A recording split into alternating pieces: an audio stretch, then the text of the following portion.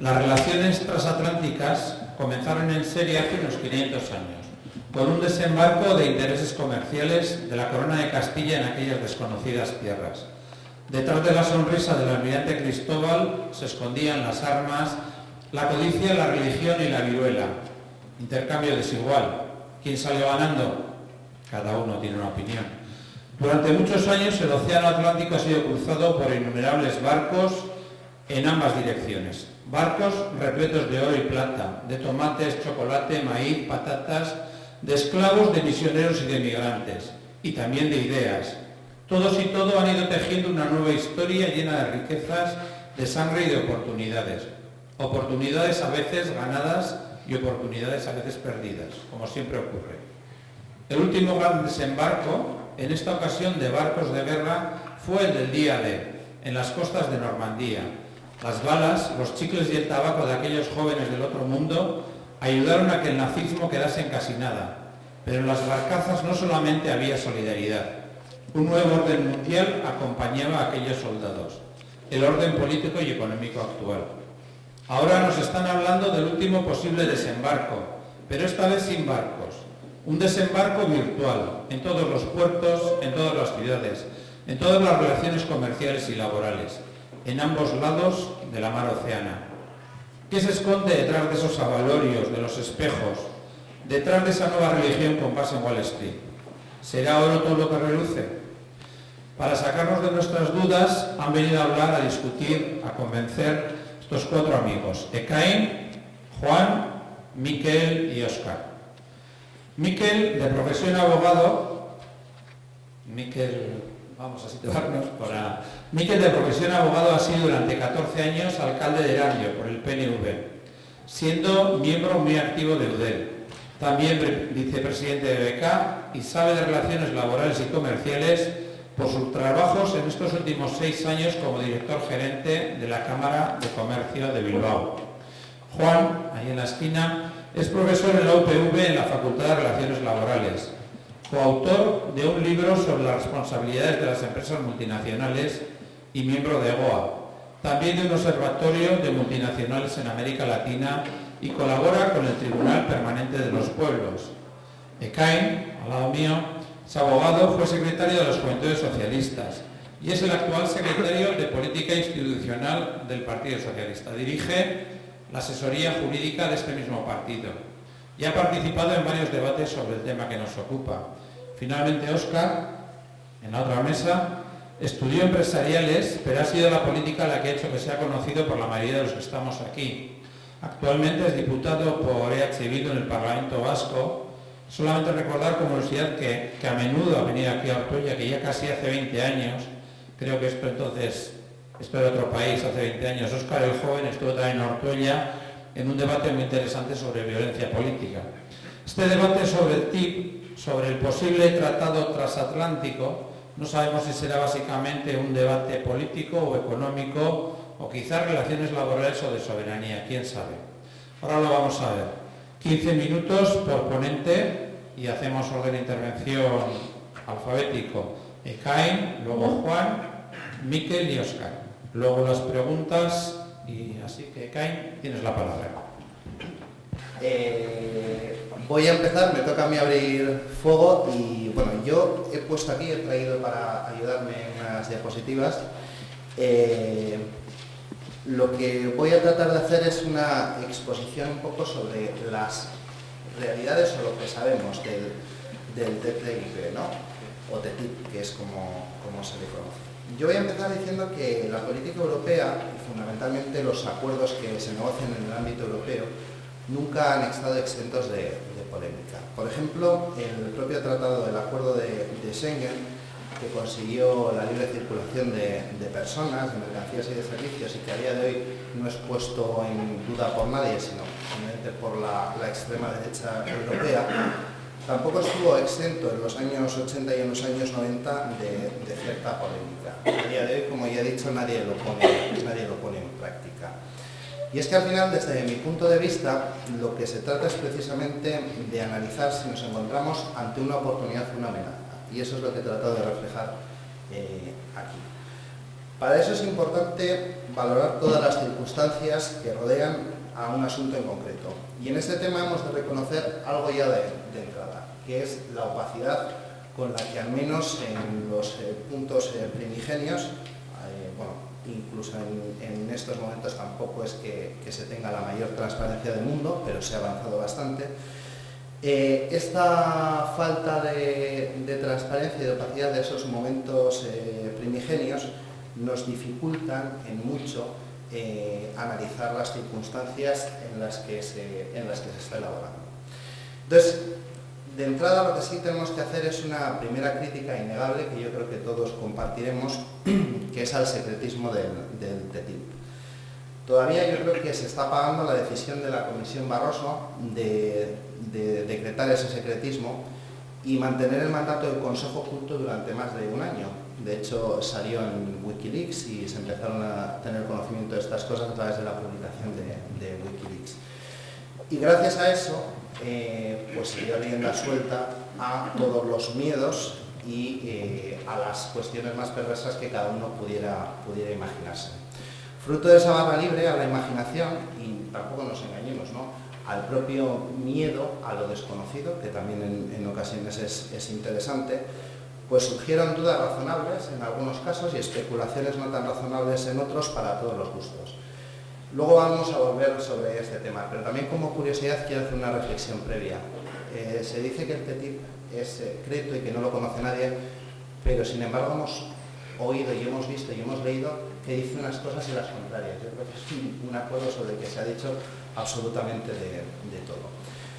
Entrando ya en materia, en relación al TTIP, creo que debemos situarnos en las distintas realidades que marcan la relación presente de Europa y Estados Unidos.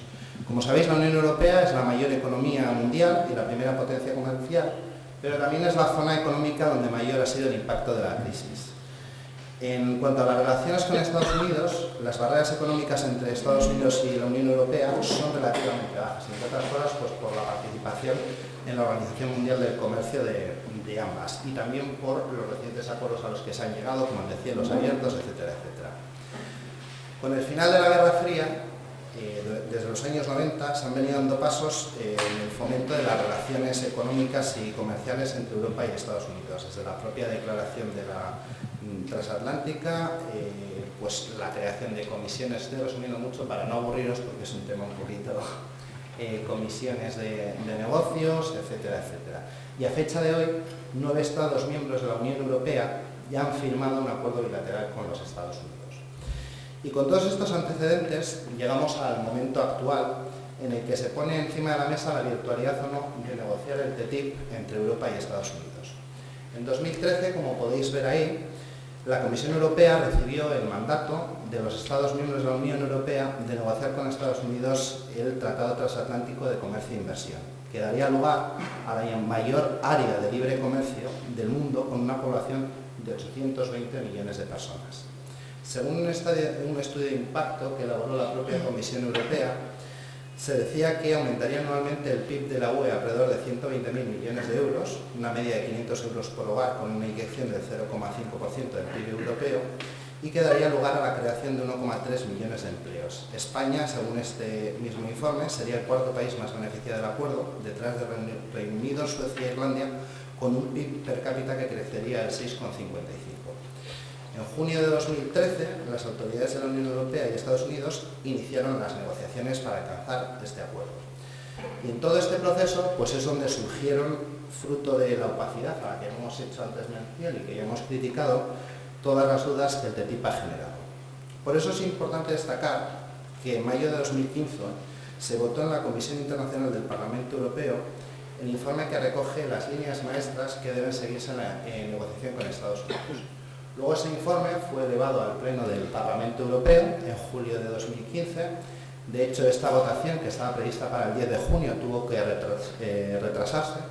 Se dijo que era por el amplio nivel de enmiendas, 200 enmiendas, aunque la realidad, y yo creo que todos la conocemos, incluso fue publicada en los medios de comunicación, es que creaba disensos y que todavía se necesitaba negociar.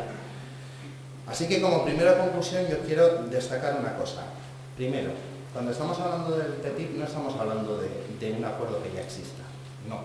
El TTIP se está negociando y lo que se ha dado en el Parlamento Europeo, en el seno del Parlamento Europeo, son las directrices que el Parlamento Europeo marca como recomendaciones para esa negociación. Eso es lo primero, porque oímos hablar del TTIP como si fuera un acuerdo que ya está ahí. A veces en las noticias se puede entender que el Parlamento Europeo ha aprobado, como en algunas ocasiones yo he oído hasta en medios de comunicación, que se ha aprobado el TTIP, cuando no es así. Lo que se aprobó el 8 de julio fueron las resoluciones que la resolución que el Parlamento marca como directrices para seguir en esa negociación. Para mí es esencial tener claro que, y aquí me vais a permitir que como representante del Partido Socialista lo diga, nosotros desde el principio nos hemos mostrado de acuerdo en apoyar las negociaciones entre Estados Unidos y la Unión Europea para lograr un acuerdo transatlántico, pero no cualquier acuerdo, que eso es lo que voy a explicar. Porque nosotros entendemos que hay que desechar cualquier posible amenaza que pueda tratar de bajar los estándares sociolaborales, medioambientales, etcétera, etcétera, que tenemos asentados en la Unión Europea. Para mí en todo este proceso es bastante importante la resolución del 8 de julio del Parlamento Europeo, esa resolución a la que ya os he hecho mención. Digamos que en el juicio hay un antes y un después de esa resolución, porque al final, en esta resolución, el Parlamento, que como veis ahí, es el órgano que finalmente va a tener que ratificar o no cuando se termine de negociar ese acuerdo, se retrata. Se retrata estableciendo unas recomendaciones a la Comisión que al final nos dejan de ser las líneas rojas que el Parlamento, es decir, el órgano elegido por los ciudadanos de la Unión Europea, establece para esa negociación. Y yo creo que para hacer un ejercicio, bueno, veis ahí que es importante, lo comentaba antes, en la resolución del Parlamento Europeo de 8 de julio, que sufrió ese retraso y que os he comentado, fue fruto de la necesidad de negociación hasta el último momento. Incluso se organizó, y aquí os he puesto un titular, se organizó bastante revuelo por las declaraciones de los socialistas españoles que planteamos que no estábamos de acuerdo con el tema del arbitraje privado, y eso causó bastante revuelo en Europa. No somos el único partido socialdemócrata europeo que lo planteó, pero sí es verdad que aquí en España organizó bastante revuelo. Entonces, para hacer un ejercicio un poco más práctico y no aburrir a la gente, yo creo que sería interesante comparar aquellas amenazas que durante todo este proceso previo a la resolución del Parlamento Europeo se han ido vertiendo por quienes entienden que el TTIP es una amenaza, y lo que se recoge en la resolución del propio Parlamento respecto a ello. Yo creo que eso es un ejercicio, como digo, más práctico, más objetivo, que nos permite situar la discusión en sus justos términos. En cuanto a la falta de transparencia, yo ya lo he dicho, es la primera crítica y es innegable, y quien lo niegue yo creo que miente, abiertamente lo digo, miente. El TTIP y los inicios del TTIP han sido claramente opacos. Ha habido casos que yo creo que luego podremos entrar en ellos, en los que, bueno, pues para poder coger información, un europarlamentario, no ya un ciudadano, tenía que acceder a una sala en la que no podía fotocopiar absolutamente nada, tenía un funcionario detrás, ni siquiera en ocasiones podía llevar bolígrafos, o sea, cosas que a mí me parecen que no son de recibo. Es verdad que esto se ha venido matizando, y en la propia resolución del 8 de julio se recoge un epígrafe entero en el que, como podéis ver ahí, pues se exigen una serie de medidas en torno al aumento de la transparencia. También es verdad, y quiero hacer una crítica, se han celebrado 10 rondas en las que los gobiernos de los Estados miembros son puntualmente informados, y nuestro gobierno en concreto, el gobierno de España, no ha comparecido ni una sola vez para informar al Congreso de los Diputados, y así se lo hemos exigido el resto de los grupos de la oposición en esta última legislatura. Y luego, para hacer honor a la verdad, tanto tras el 8 de julio como en algún momento anterior, ya ha habido una serie de desclasificación de papeles. En cuanto a los derechos de los trabajadores, cosa que me parece fundamental, los detractores del TTIP han venido expresando su temor porque el aumento de la competencia con Estados Unidos haga que los derechos laborales más consolidados en la UE se resientan.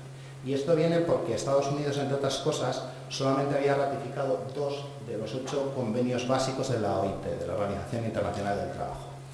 Bueno, esto fue un punto fundamental para los partidos de izquierda del Parlamento Europeo, y allí se consiguió mediante enmienda, entre otras cosas, que esta resolución del Pleno del Parlamento Europeo recoja la necesidad de que el capítulo de desarrollo sostenible tenga como fin la plena ratificación de los 8 convenios fundamentales de la OIT, los 8, es decir, Estados Unidos tendrá que ratificarlos si es que le queda, y la agenda de trabajo también decente de la OIT.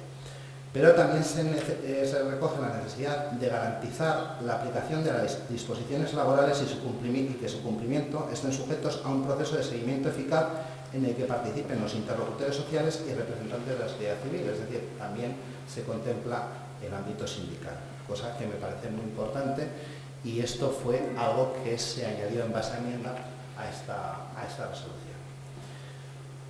En cuanto al riesgo a los servicios públicos, que es algo que también ha sido puesto en relevancia en todo este proceso de cuáles eran las amenazas, desde estos mismos sectores se ha venido diciendo que estaban absolutamente en riesgo los servicios públicos básicos. Yo ya lo digo, y cuando digo estos sectores no estoy diciéndolo en términos despectivos, puesto que la falta de información que había, yo creo que puede hacernos pensar absolutamente todos, ¿no? Absolutamente todo. Para nosotros este era un tema innegociable, y en el apartado B7 de la resolución del 8 de julio se recoge expresamente, como podéis ver ahí, excluir los servicios de interés general y los servicios de interés económico general actuales y futuros, entre otros agua, salud, servicios sociales y sistemas de seguridad social y educación, del ámbito de aplicación del ACTI. Y luego, evidentemente, el tema de la posible legislación nacional en estas materias, que ahí lo tenéis. Por lo tanto, en esa resolución también se excluyen, y esto es importante decirlo, los servicios públicos. En cuanto al arbitraje privado, pues el arbitraje privado efectivamente era uno de los grandes peligros. Y además aquí sí que tenemos información fehaciente de que una parte del Europarlamento y de los comisarios fundamentalmente sí que estaban de acuerdo. Entre ellos la comisaria Cecilia Malmström, que era quien lo defendía, y los liberales y populares europeos. El gran peligro de este sistema de arbitraje privado es que blinda a las multinacionales al permitirles demandar a los estados ante tribunales arbitrales y no ante las justicias nacionales. Y para nosotros, evidentemente, era un peligro. En esta resolución del 8 de julio se acaba sustituyendo ese sistema, el conocido en inglés como ISDS, y se recoge expresamente, como lo podéis ver ahí, sustituir el mecanismo de resolución de litigios entre inversores y estados por un nuevo sistema para resolver las diferencias entre los inversores y los estados, que esté sujetos a los principios de control democráticos por jueces profesionales y que incluya un mecanismo de apelación. Y es más, el 16 de septiembre de 2015 ya ha sido avanzado un nuevo sistema tras una declaración de la propia Comisión en el que se dice que se contará con jueces y no árbitros que tendrán cualificaciones comparables como los de la Corte Penal Internacional, que tendrán un sistema de incompatibilidades como el de estas Cortes y que serán además directamente nombrados por la UE y el país socio que cierre el acuerdo comercial. Yo creo que podríamos seguir, pero tampoco os quiero aburrir, y además como va a surgir en el debate y en la posterior charla, ahí están algunas de las otras cuestiones, otras controversias que se han surgido y que en cualquier caso podemos ver después. Pero yo como resolución, como conclusión de todo esto, sí os quiero trasladar una cosa. Está claro que el primer mal fundamental del TTIP ha sido la opacidad con la que se ha tratado. En un sistema democrático y en un Estado de Derecho, la opacidad no debe ser en ningún caso la fórmula de actuación, y de hecho rechazable. Si hay algún culpable de que todos los miedos se hayan abalanzado sobre el TTIP, es precisamente quienes crearon esa opacidad. Entonces, es evidente que había, incluso humanamente es entendible, que había que pensar, que se podía pensar que ahí nos querían colar cualquier cosa. Para mí es fundamental, como conclusión, que la resolución del 8 de julio del Parlamento Europeo pone negro sobre blanco que es lo que el único ámbito directamente elegido por los ciudadanos de la Unión Europea, que es el Parlamento, está dispuesto a aceptar o no está dispuesto a aceptar. Y yo, sinceramente, con esa resolución del 8 de julio, me quedo más tranquilo. Yo, con esa resolución del 8 de julio, entiendo que muchos de los miedos que podían existir sobre el TTIP quedan aparcados. Pero, evidentemente, lo que deberemos hacer es seguir vigilantes y luego exigir que ese Parlamento Europeo, que ha establecido esas líneas rojas, no apruebe ningún acuerdo que contravenga ninguna de esas líneas. Así que muchas gracias. Como que llevo tiempo trabajando el tema de los tratados de comercio y como dispongo de un cuarto de hora, que es lo que hemos quedado, y voy a ser escrupuloso con el tiempo, yo voy a trazar ideas fuerza que, bueno, requeriría obviamente desarrollarlas y estoy dispuesto a las preguntas y al intercambio entre nosotros, bueno, para poder llegar a acuerdos más o menos concretos sobre este asunto, ¿no? En el mundo hay aproximadamente casi 3.500 tratados entre comercio, acuerdos de inversiones y de promoción. Responden a una lógica diferente, en parte a la del TTIP, pero mantienen tendencias muy parecidas. Por lo tanto, no es tan nuevo como nos comentan, ¿no? Es más, yo le diría que en la Unión Europea, con toda la opacidad, y menos mal que el movimiento social ha protestado, el acuerdo con la Unión Europea-Canadá, que es del mismo corte, es un acuerdo que ya está acabado. Por cierto, ahí no hablamos de especulación, es un documento que ya disponemos de él porque está pendiente de ratificación. Y este acuerdo mantiene las líneas fuertes de lo que es la parte más negativa de los tratados. Y en ese sentido, yo quería insistir en que no hablamos sobre el vacío. Se pueden evaluar tratados, podemos evaluar impactos, y si evaluamos en NAFTA, Canadá, Estados Unidos y México, podemos ver cómo está México ahora. Yo soy juez del Tribunal Permanente de los Pueblos, hemos juzgado al Gobierno de México por sus prácticas, un tribunal que viene de los tribunales Russell, que yo creo que tiene un cierto prestigio ético muy importante, y los impactos de este tratado en la situación de México actual son demoledores. Podríamos hablar de datos, pero demoledores. México es un país, lejos de que nos digan que es un país de modernidad, es un país destrozado, absolutamente destrozado, porque otra cosa es que en el listado de los hombres más ricos del mundo, curiosamente hay 3 mexicanos, pero la población mexicana no está bien. Y tiene mucho que ver con el impacto de lo que ocurrió con el NAFTA.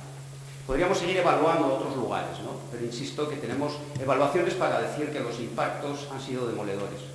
Además, estos tratados se vinculan con una regla que yo creo que es muy sencilla de entender y que nos la tapan un poco, ¿no? En el momento, en el mundo actual, y también en el de la Unión Europea, de nuestros gobernantes y de la mayoría de las élites dominantes de estos países, de los países de la Unión Europea y de Estados Unidos, prima un principio jurídico de facto, es decir, no aprobado en ningún lado, pero que prima.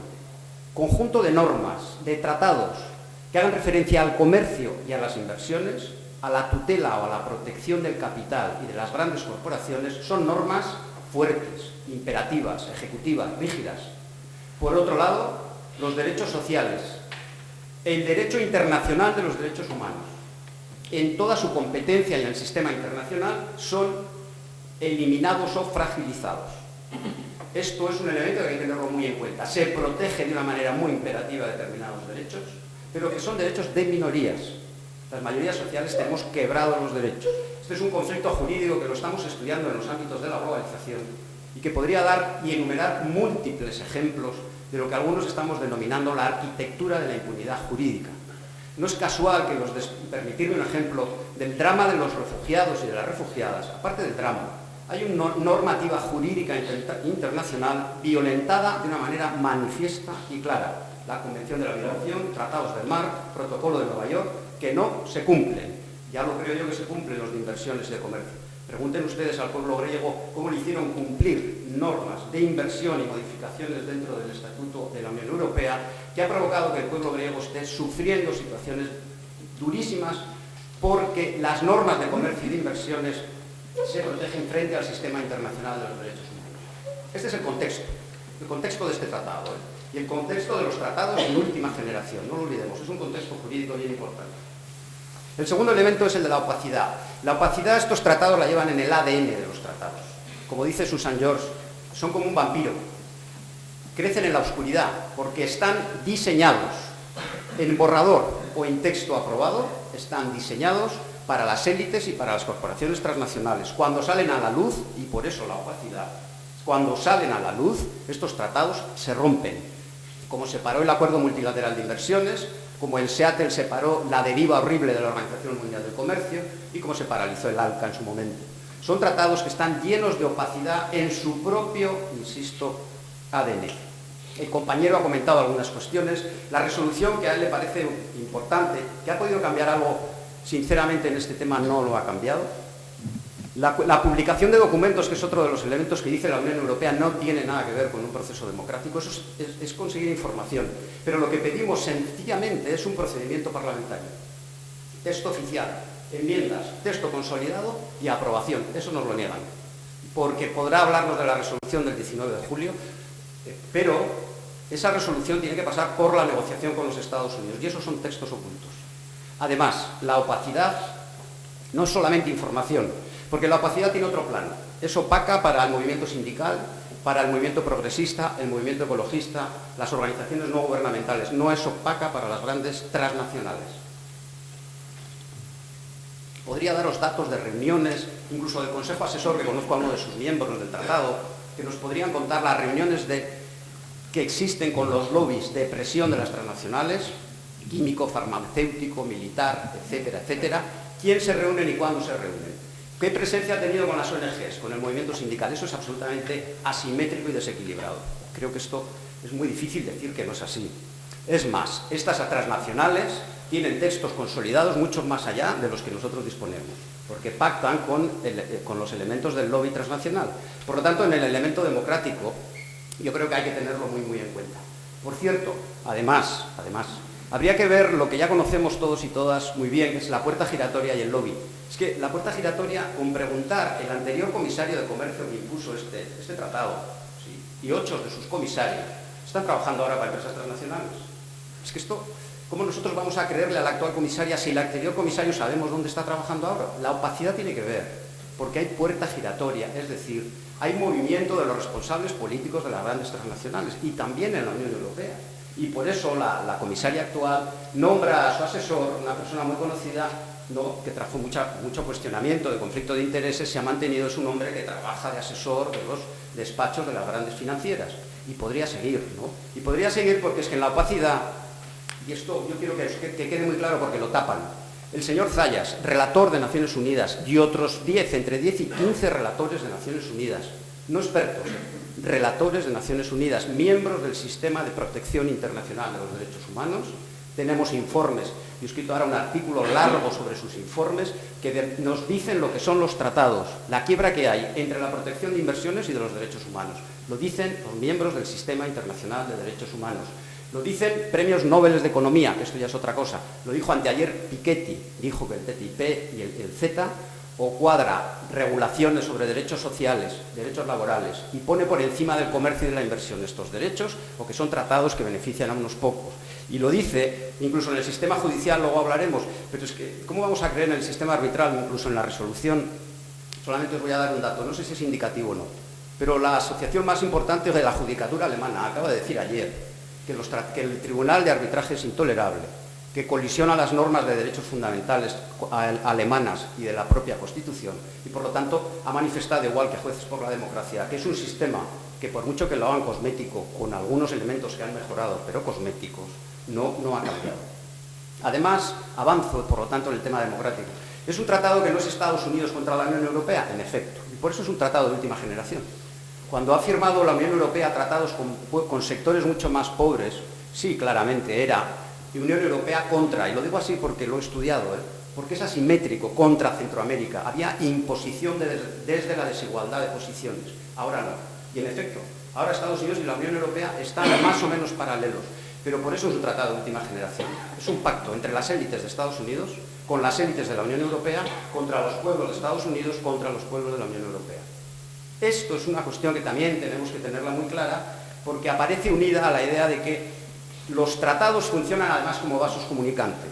Sabemos perfectamente que estos tratados recogen lo que la OMC no ha podido. Lo recoge así. Y sabemos que si van a proteger o no privatizar servicios públicos en el interior del TTIP es porque hay otro tratado que se llama TISA, que por cierto y lamentablemente ya ha pasado en un primer informe por el Parlamento Europeo, que es demoledor, un tratado de 50 países dominado y dirigido por Estados Unidos, o Tenemos, insisto, el CETA con Canadá, que sabemos ya los resultados de este tratado. Por cierto, tiene sistemas de solución de diferencias que la comisaria dice que es un sistema amortiguado de lo que es el arbitraje, y no es verdad.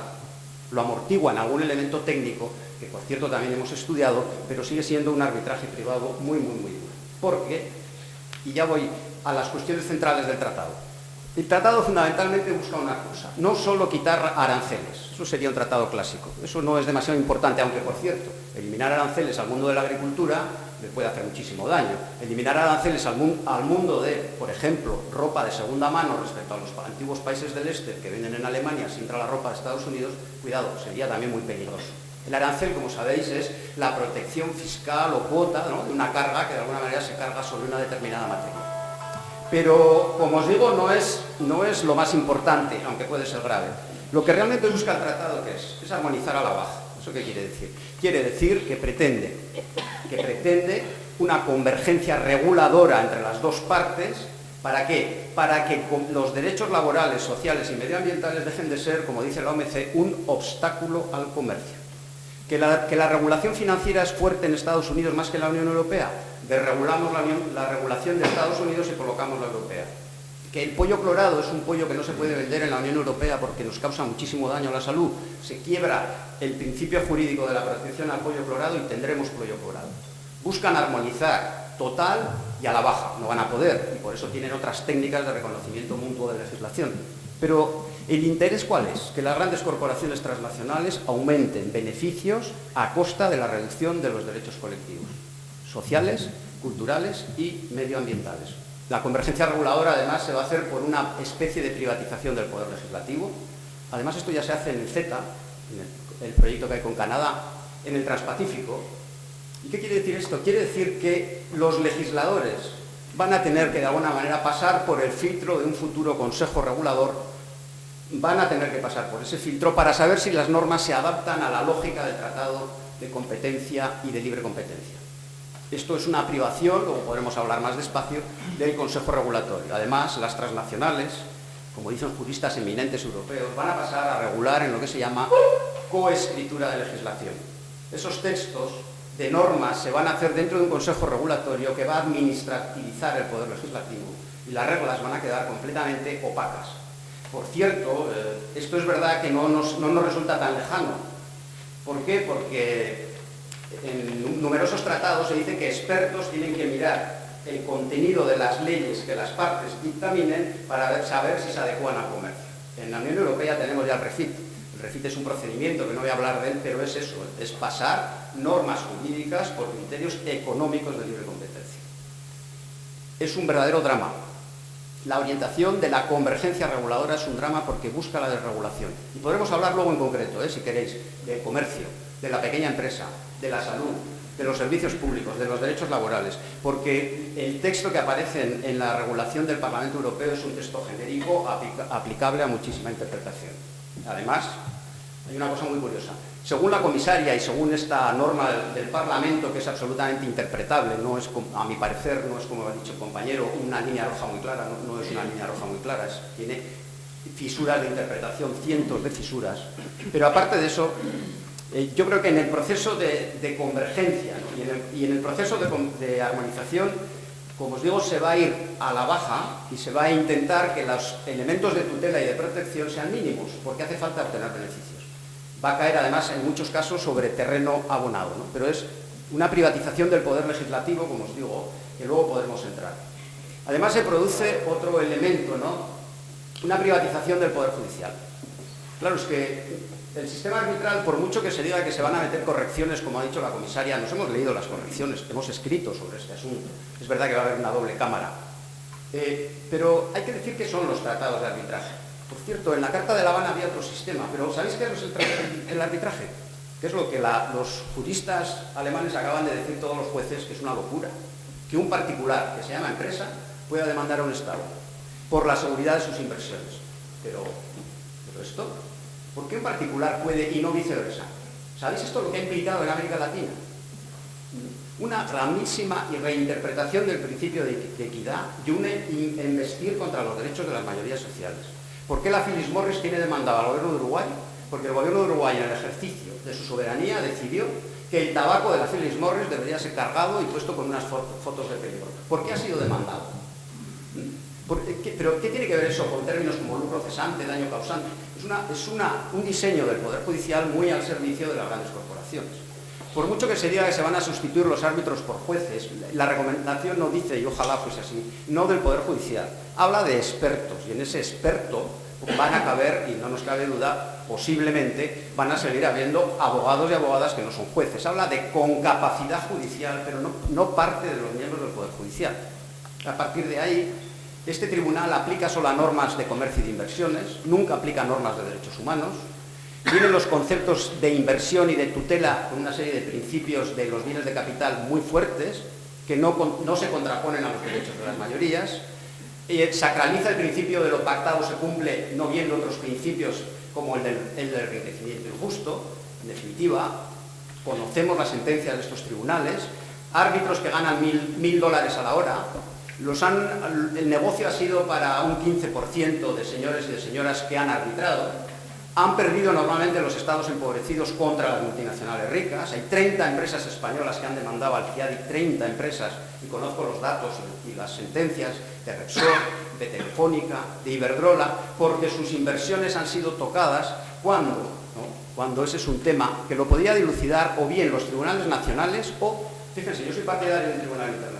Puede ser que el Tribunal Nacional no sea suficiente, pero ¿por qué no, como decía la Carta de La Habana, un Tribunal Internacional estrictamente y estricto sensu judicial, aplique derechos humanos y aplique inversiones? No este montaje arbitral que, como digo, ha provocado rechazo en la judicatura de la mayor parte de los lugares.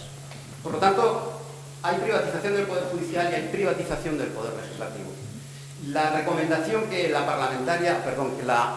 el Parlamento aprobó es una resolución respecto al sistema arbitral, que quienes trabajamos en el sistema de arbitraje internacional y trabajamos en el Tribunal Permanente de los Pueblos, hemos mirado con detalle y los elementos centrales del arbitraje no quedan tocados. Es cierto que hay alguna mejora, pero no quedan tocados ni el trato nacional, ni nación más favorecida, ni el concepto de equilibrio en la tutela de la inversión, como digo, ni el concepto de inversión, y que a partir de ahí no se cruza con los derechos de las mayorías sociales.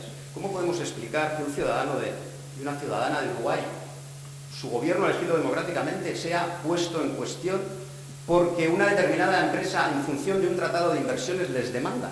Y esto no es una excepción. La quiebra sobre la política pública, esto se mantiene en la mayoría de los tratados. Yo no sé en el TTIP los documentos que tenemos, lo tenemos delante, que van a intervenir en política pública.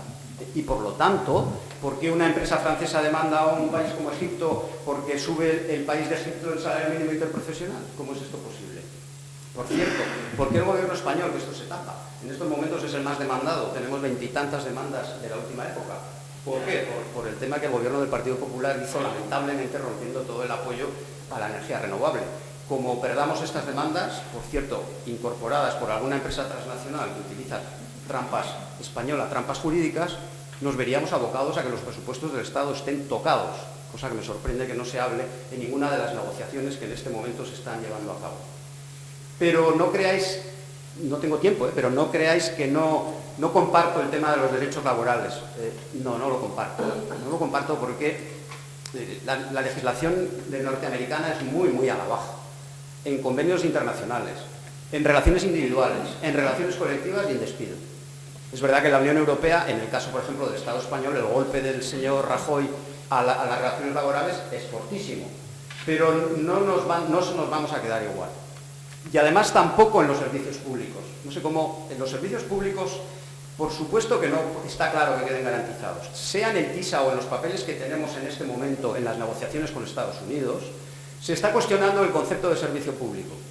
Solamente se lleva el servicio público a la idea de concepto de servicio público muy vinculado a cuestiones de organización política, militar y policial. Todo servicio público que tenga contacto con el comercio posible o con la comercialización es potencialmente privatizable. En cualquier caso, yo solo diría una cosa: lista negativa, cláusula status quo, cláusula de trinquete, posibilidad de demanda al sistema internacional. Yo creo que estos son elementos, ¿no?, que hacen que los servicios públicos, por supuesto, que no van a dejar de estar en mano pública. Lo que digo es que van a compartirse con la privada, porque si no va a haber serios problemas de demandas judiciales contra los servicios públicos. Me parece que yo creo que es muy grave la situación que tenemos. Lo único que pedimos es transparencia y posibilidades que esto sea como un mecanismo parlamentario de poder contrastarlo. Y una última cosa, yo cuando le digo a la comisaria en sus grandes discursos que no va a haber, se van a mantener los valores de la Unión Europea, los valores de los derechos sociales, la pregunta que yo me hago, y os lo digo con toda franqueza, es, pero entonces, además nos dice, ¿no? Se van a respetar todos los valores y va a ser excelente para las empresas, por ejemplo, vascas o europeas, porque van a poder vender en Estados Unidos, van a poder entrar en la contratación pública norteamericana, que ahora no puede, porque se va a abrir la contratación pública, dicen, y uno se pregunta, ya, algo no me cuadra, y con esto termino, no me cuadra, alguien hace trampas, porque vamos a mantener todo lo europeo y vamos a obtener todos los beneficios de entrada en la Unión Europea y Estados Unidos va a decir, muy bien, muchas gracias, y simplemente con que llegamos a unos acuerdos de seguridad con los cinturones de los coches y de papeleo en el proceso de aduanas, vamos a firmar el TTIP. Pero bueno, ¿quién se chupa el dedo? En Estados Unidos en este momento, si abren la contratación pública, que yo creo que la van a abrir muy despacio, quiere decir que van a poder entrar, que en estos momentos no pueden, empresas extranjeras a hacer, imaginaros, carreteras o a llenar a un ayuntamiento de muebles. Se tiene que hacer, como debe ser, con empresas de Estados Unidos. La entrada de otras empresas, ¿no?, va a proponer un gran negocio. Pero y la pregunta es, ¿a cambio de qué? O sea, esto es lo que no nos dice. Es que Estados Unidos no va a exigir que se eliminen protección jurídica de elementos sanitarios, medioambientales, laborales, etcétera, etcétera. Es que alguien no cree que el fracking es un gran negocio para Estados Unidos. Alguien no cree que los transgénicos van a entrar de lleno. Alguien no cree que el pollo clorado y la alimentación la vamos a tener invadida. Alguien no cree que el modelo de comercio de Estados Unidos, de las grandes, los hipermercados, va a romper el pequeño comercio interno nuestro. ¿A cambio de qué? Van a abrir sus mercados. Y esto es lo que no se dice, y esto es lo que no cuadra. Y de ahí que la resolución del Parlamento, y termino, chirría con los documentos que de verdad se están manteniendo. Por cierto, documentos consolidados que avanzan, y lo que digo más grave, el secreto. Nos lo tienen cerrado, no solamente a mí, que puedo ser un experto que no pinto nada, lo tienen cerrado a los europarlamentarios, al menos a los europarlamentarios críticos. Y si fuese tan bueno, ya os digo yo que en la campaña electoral todos los partidos hubiesen hablado de todo lo maravilloso que nos iba a crear el TTIP. Ni lo nombran, los medios de comunicación ni lo nombran, y no porque sea complejo, sino porque es un tratado diseñado a los intereses del capital y de las grandes transnacionales.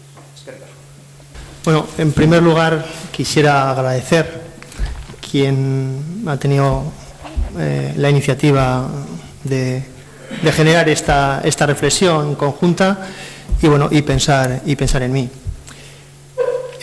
También escuchándole a Juan casi me ha convencido. He debido de leer en fuentes absolutamente diferentes a las que lógicamente un profesor pues universitario y bueno, su estudio tiene, ¿no?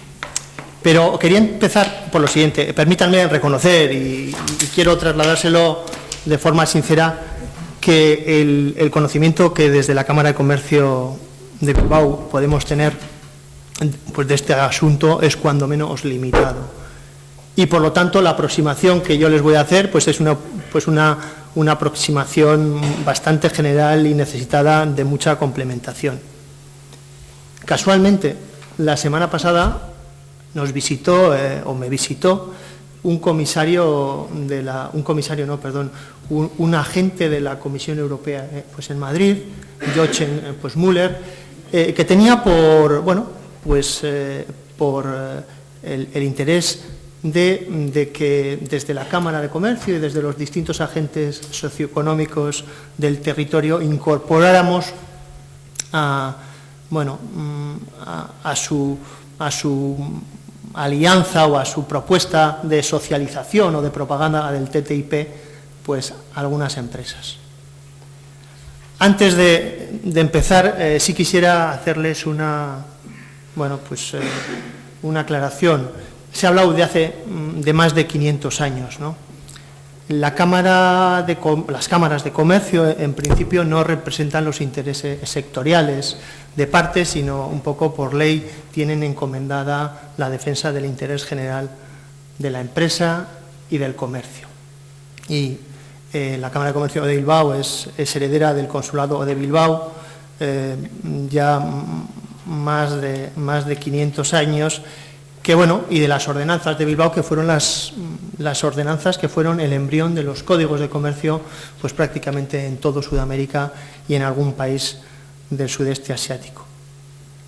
Pues dicho esto, y desde el planteamiento que hacemos desde las cámaras, creo decir verdad, que parto a la hora de aproximarme a este acuerdo de libre comercio sin ningún prejuicio o prevaloración. Igual la formación y un poco el ver lo complicado que suele ser la internacionalización de las empresas, ¿no? Pero no creo que parto con ningún prejuicio a la hora de abordar esta aproximación al TTIP.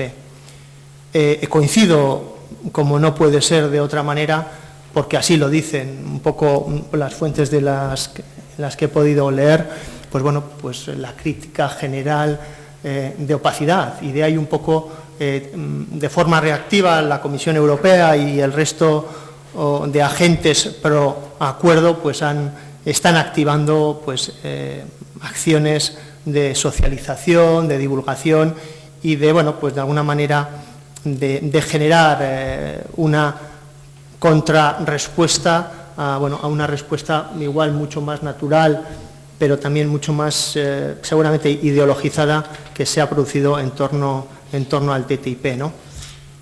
Dicho esto, el PEP no hay acuerdo, como se ha dicho aquí, ahora mismo no hay un acuerdo. Es cierto que hay un embrión, que hay unos documentos, que las negociaciones se van a retomar este verano, y un poco los plazos con los que juega la Unión Europea es un poco el horizonte, firmarlo con la administración Obama. Pero claro, aquí es un poco lo que me ha quebrado un poco el discurso de Juan, ¿no? La aprobación, la firma del acuerdo, luego tendrá un recorrido cuasi democrático, por cuanto que se tiene que aprobar en el Consejo, por cuanto tendrá que ir al Parlamento Europeo. El Parlamento Europeo, pues de alguna manera tendrá que ratificar o no el acuerdo, y en último término los 28 Estados miembros lo tendrán que ratificar. Si no fuera así, es decir, si fuera así, hay, bueno, pues un procedimiento bastante razonable en el cual los estados, no tanto las naciones, algunas naciones estado, otros estados plurinacionales o con distintas sensibilidades podrán, digamos, decidir en base a sus parlamentos lo que necesitan. Hay una propuesta, o por lo menos una resolución, creo que haber leído, que del Parlamento Vasco, en la cual el Parlamento habla o tiene la, no sé, yo diría el ensueño de que en algún caso los poderes regionales puedan tener que ratificar dichos tratados. No sé, pues no creo que sea el caso. Lo que sí puede ser interesante es la propuesta del Parlamento del Parlamento Vasco, en la cual se recomienda que el Comité de las Regiones pueda incorporarse o pueda ser incorporarse no en algún estado de las negociaciones. Por lo tanto, estamos hablando pues de un periodo que en otro tipo de tratados han sido 5 años y medio, y bueno, pues un poco la historia o el recorrido que pueda tener este tratado también será de ese calado. Y yo creo que, bueno, pues los filtros, no sé si democráticos, pero por lo menos parlamentarios europeos y los consiguientes, pues bueno, legitimen de alguna manera, o puedan legitimar de alguna manera, este tipo de acuerdo. Dicho esto, ¿por qué se se inicia esta negociación, este acuerdo entre Europa y Estados Unidos. Bueno, pues un poco en función del colapso de las negociaciones para el logro de un acuerdo global que se establecieron en el marco de la Organización Mundial del Trabajo y de la Ronda de Doha. Bueno, pues ante ese fracaso es cuando, bueno, surgen un montón de negociaciones y acuerdos no bilaterales entre Estados Unidos, un montón de países del Pacífico, entre la Unión Europea y otros estados. Y bueno, pues hay un movimiento bilateral en muchos casos y una organización de acuerdos de comercio, de libre comercio bilaterales o regionales, como puede ser la Alianza del Pacífico, que está funcionando relativamente bien, como puede ser a nivel europeo el espacio de Visegrado. Bueno, hay acciones y ante esos planteamientos de eliminación de barreras, de disminución de costes inherentes a la fragmentación y para actuar de forma más cooperada o de forma más coordinada, pues creando economías de escala, sinergias que favorezcan la competitividad de productos. Bueno, pues en países integrados, pues Europa, cuando hablamos de Europa, pues habría que hablar qué es Europa, quiénes se identifican con Europa, pero bueno, Europa no puede quedar al margen de estas alianzas y por lo tanto es cuando se establece la negociación de este acuerdo. Bueno, esto que he dicho, pues está en los tratados, en los artículos, es teórico y igual es un marco voluntarista en función de dónde venga, ¿no? El acercamiento. Pero lo que sí es cierto es que la realidad de la economía del territorio de Vizcaya y de la comunidad autónoma vasca, pues hay unas cuantas empresas de nuestro territorio y fundamentalmente son empresas pequeñas dentro de que se puede decir pymes, pues que están en Estados Unidos, pues más de 500 empresas o cerca de 500 empresas que exportan. Hay más de 70 que están instaladas. La comunidad autónoma es la segunda comunidad autónoma exportadora a Estados Unidos. En los últimos 5 años ha sido el tercer destino de las exportaciones vascas, tras Francia y Alemania. Un poco la estructura de las exportaciones de la comunidad autónoma de la comunidad autónoma vasca va 1/3 al Estado, 1/3 a Europa y el otro tercio al resto del mundo. Y en ese otro tercio al resto del mundo, pues Estados Unidos es un mercado apetecible, muy apetecible. De hecho, el mercado ahora mismo, de los mercados más atractivos para las empresas vascas, está siendo México. ¿México por qué? Bueno, pues porque es la puerta a Estados Unidos en ese acuerdo que tiene con Estados Unidos, ¿no? Entonces, bueno, pues es una realidad que las misiones comerciales que se organizan, pues las más populares, las más demandadas por las empresas de nuestro territorio, son ahora mismo a los mercados de la Alianza del Pacífico. Yo no valoro y no entro en otras cuestiones, pues que el proceso de internacionalización de la economía vasca a día de hoy, pues está en buena parte mirando a esos países y a Estados Unidos. No está mirando a otros sitios, no sé cuál es la razón. No está mirando África, no está mirando, Europa se considera como mercado interior. Es una realidad.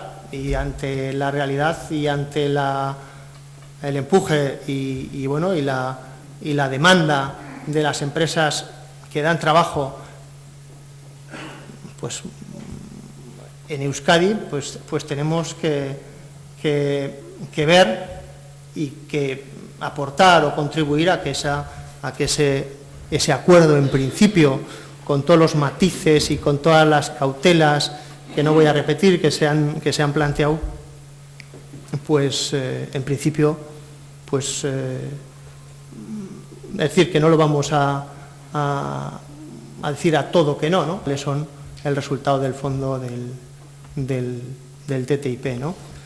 ¿Cuál es el objetivo? El objetivo que se dice, ¿no? El objetivo que se dice, bien es cierto que también hay información que habla de incrementos del PIB acumulado de más de un 3%, también hay información que habla de destrucción de empleo, de miles, es decir, que hay información para todos los gustos, digamos, o para los dos gustos, pero bueno, en principio lo que se dice es que el TTIP lo que pretende es contribuir al impulso, al crecimiento económico, a la creación de empleo en Europa y en Estados Unidos, sin horadar los derechos que asisten a los consumidores europeos y los fundamentos básicos del estado de bienestar.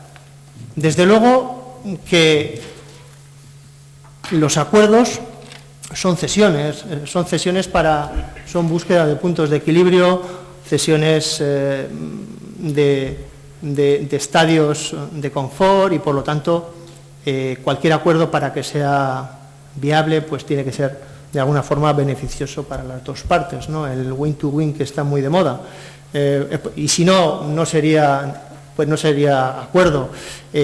Yo creo que ante la posibilidad de acceso, de limitar o de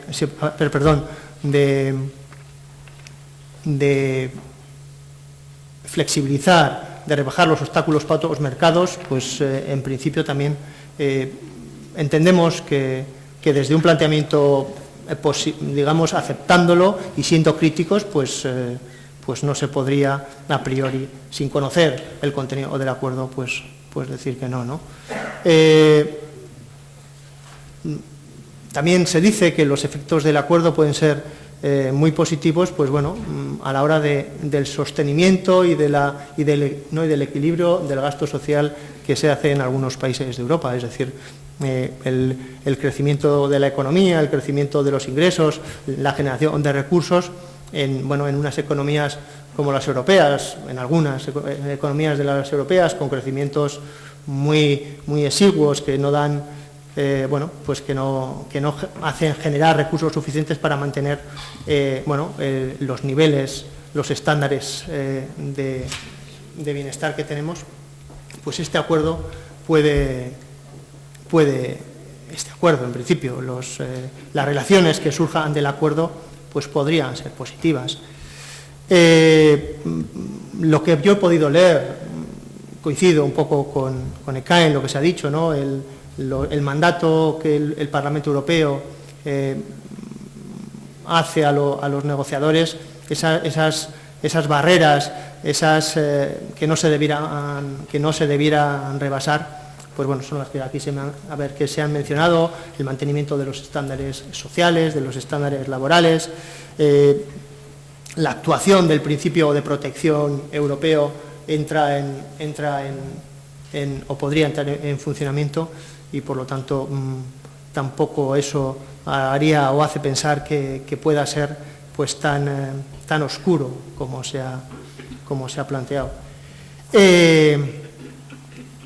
Claro, cuando se aboga y se traslada por la transparencia total, que es la conservación del derecho, al final una cosa que nace ya como ha nacido, pues es muy difícil que genere cierta credibilidad, ¿no? Pues ha nacido en la oscuridad y bueno, los esfuerzos que se puedan hacer para que sea algo más democrático, más transparente, pues la verdad es que va a costar, va a convivir con ese estigma de opacidad que es cierto y que todo el mundo comparte. Lo que sí he constatado es que hay un común denominador en todo lo que he podido leer, y que es el famoso arbitraje que se ha mencionado, que es uno de los grandes escollos que desde el Parlamento Europeo, desde los distintos partidos, desde los distintos grupos del Parlamento Europeo establecen. Parece que la Unión Europea ha trasladado un nuevo documento que pretende ir a un arbitraje mucho más público, no tanto de carácter privado como el que se establece. Y bueno, veremos si eso es así o no es así. Se pretende una especie de tribunal de la Haya a nivel del TTIP. Por otra parte, tampoco considero que no es justo no demonizar el arbitraje, ¿no? El arbitraje en general es una fórmula recurrida por las empresas y bueno, pues es bastante más ágil que lo que puedan ser los tribunales ordinarios y desde luego pues bueno, pues hay ciertos pilares básicos en la construcción europea que también en principio pues con la separación de poderes y algunos otros que bueno, pues que no sé si son así, que por lo tanto que demonizar y plantear maximalismos en torno al arbitraje pues no creo que sea positivo. Lo que sí es cierto, porque aunque estemos o no de acuerdo, la seguridad jurídica o una perspectiva de la seguridad jurídica es indispensable para las empresas, ¿no? Entonces, las inversiones necesitan tener cierta seguridad jurídica. Nos puede parecer bien, nos puede parecer mal, pero es que la realidad es tozuda y bueno, pues cualquier empresa pequeña, porque aquí estamos hablando de empresas pequeñas, al menos en lo que el entorno que yo me muevo, empresas pequeñas, lo que pretenden en sus procesos, en sus itinerarios de internacionalización, en la forma que lo hagan, bien sea saliendo, bien sea radicándose, bien sea formando compañías en destino, lo que buscan es que, bueno, pues lo que invierten, pues tengan la suficiente seguridad jurídica para que no ocurra lo que, bueno, pues en algunas latitudes ha ocurrido, ¿no? Yo no sé si eso es aplicable a las grandes corporaciones, de ahí que entiendo que la propuesta del Parlamento Europeo puede ser bastante razonable, ¿no? Luego, si se quiere, entraremos en preguntas, ¿no? Yo sí creo que hay una debilidad en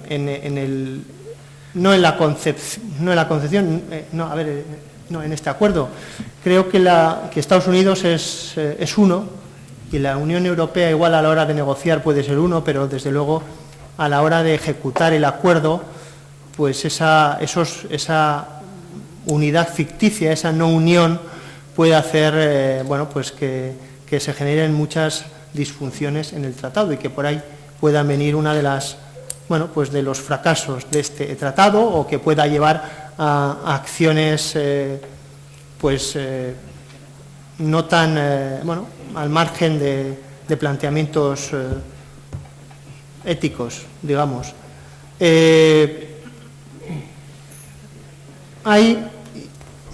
Vale, bueno, pues ¿hacia dónde va a mirar Europa? ¿Hacia dónde mira Europa? ¿Hacia dónde debe pues mirar Europa? Si es hacia donde realmente están mirando, porque ahí están las oportunidades, o hacia otras latitudes. Digo que me toca hablar el último y es complicado porque muchas de las cosas se han dicho y en caso también entran muchas ganas de replicar muchas cosas. Yo voy a ir a una cosa muy básica. Yo pienso en la gente que un miércoles de febrero decide venir aquí, no compra el 5 días ni ningún boletín económico todos los días y esto del TTIP le suena a una cosa extraña. Pero no es un fenómeno meteorológico. A mí me gusta. Yo con Juan, no lo voy a ocultar, he dado un montón de charlas sobre el TTIP, los dos somos contrarios al TTIP y a veces no encontrábamos contraparte, no encontrábamos con quién calibrar si nuestras críticas eran fruto de nuestra tendencia a la conspiranoia o eran fruto de un análisis de lo que nos viene encima. Me parece bien que ahora tengamos la oportunidad de contrastar opiniones porque yo creo que el TTIP no es un fenómeno meteorológico, el TTIP no es un tornado, no es una galerna, no es un terremoto ante el que uno puede decir si le parece bien o mejor, si quizás hubiéramos tenido no sé qué medidas, tal vez hubiera ido mejor, si hubiéramos hecho no sé qué prevenciones, tal vez hubiera ido mejor. No, hay responsables directos. Porque el TTIP es lo que en política muchos de vosotros y vosotras, sobre todo en los últimos años, habéis venido oyendo como la pelea, el combate entre la economía y la política.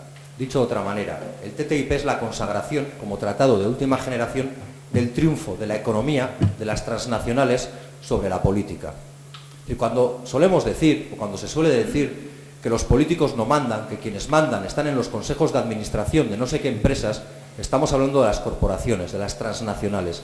Y lo que el TTIP es la constitución, es la norma sagrada de las transnacionales para pasar por encima de cualquier regulación que se haya dotado para sí cualquier Estado, cualquier gobierno, cualquier realidad elegida democráticamente.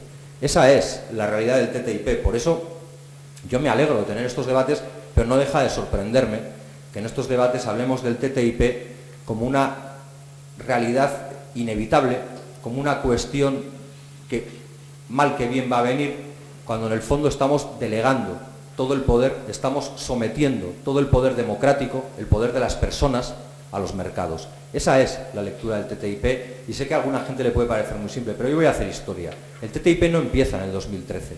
El TTIP no empieza por la voluntad de la Unión Europea y de la administración Obama por generar un área de comercio entre la Unión Europea y los Estados Unidos en el 2013. Esto viene del 2006.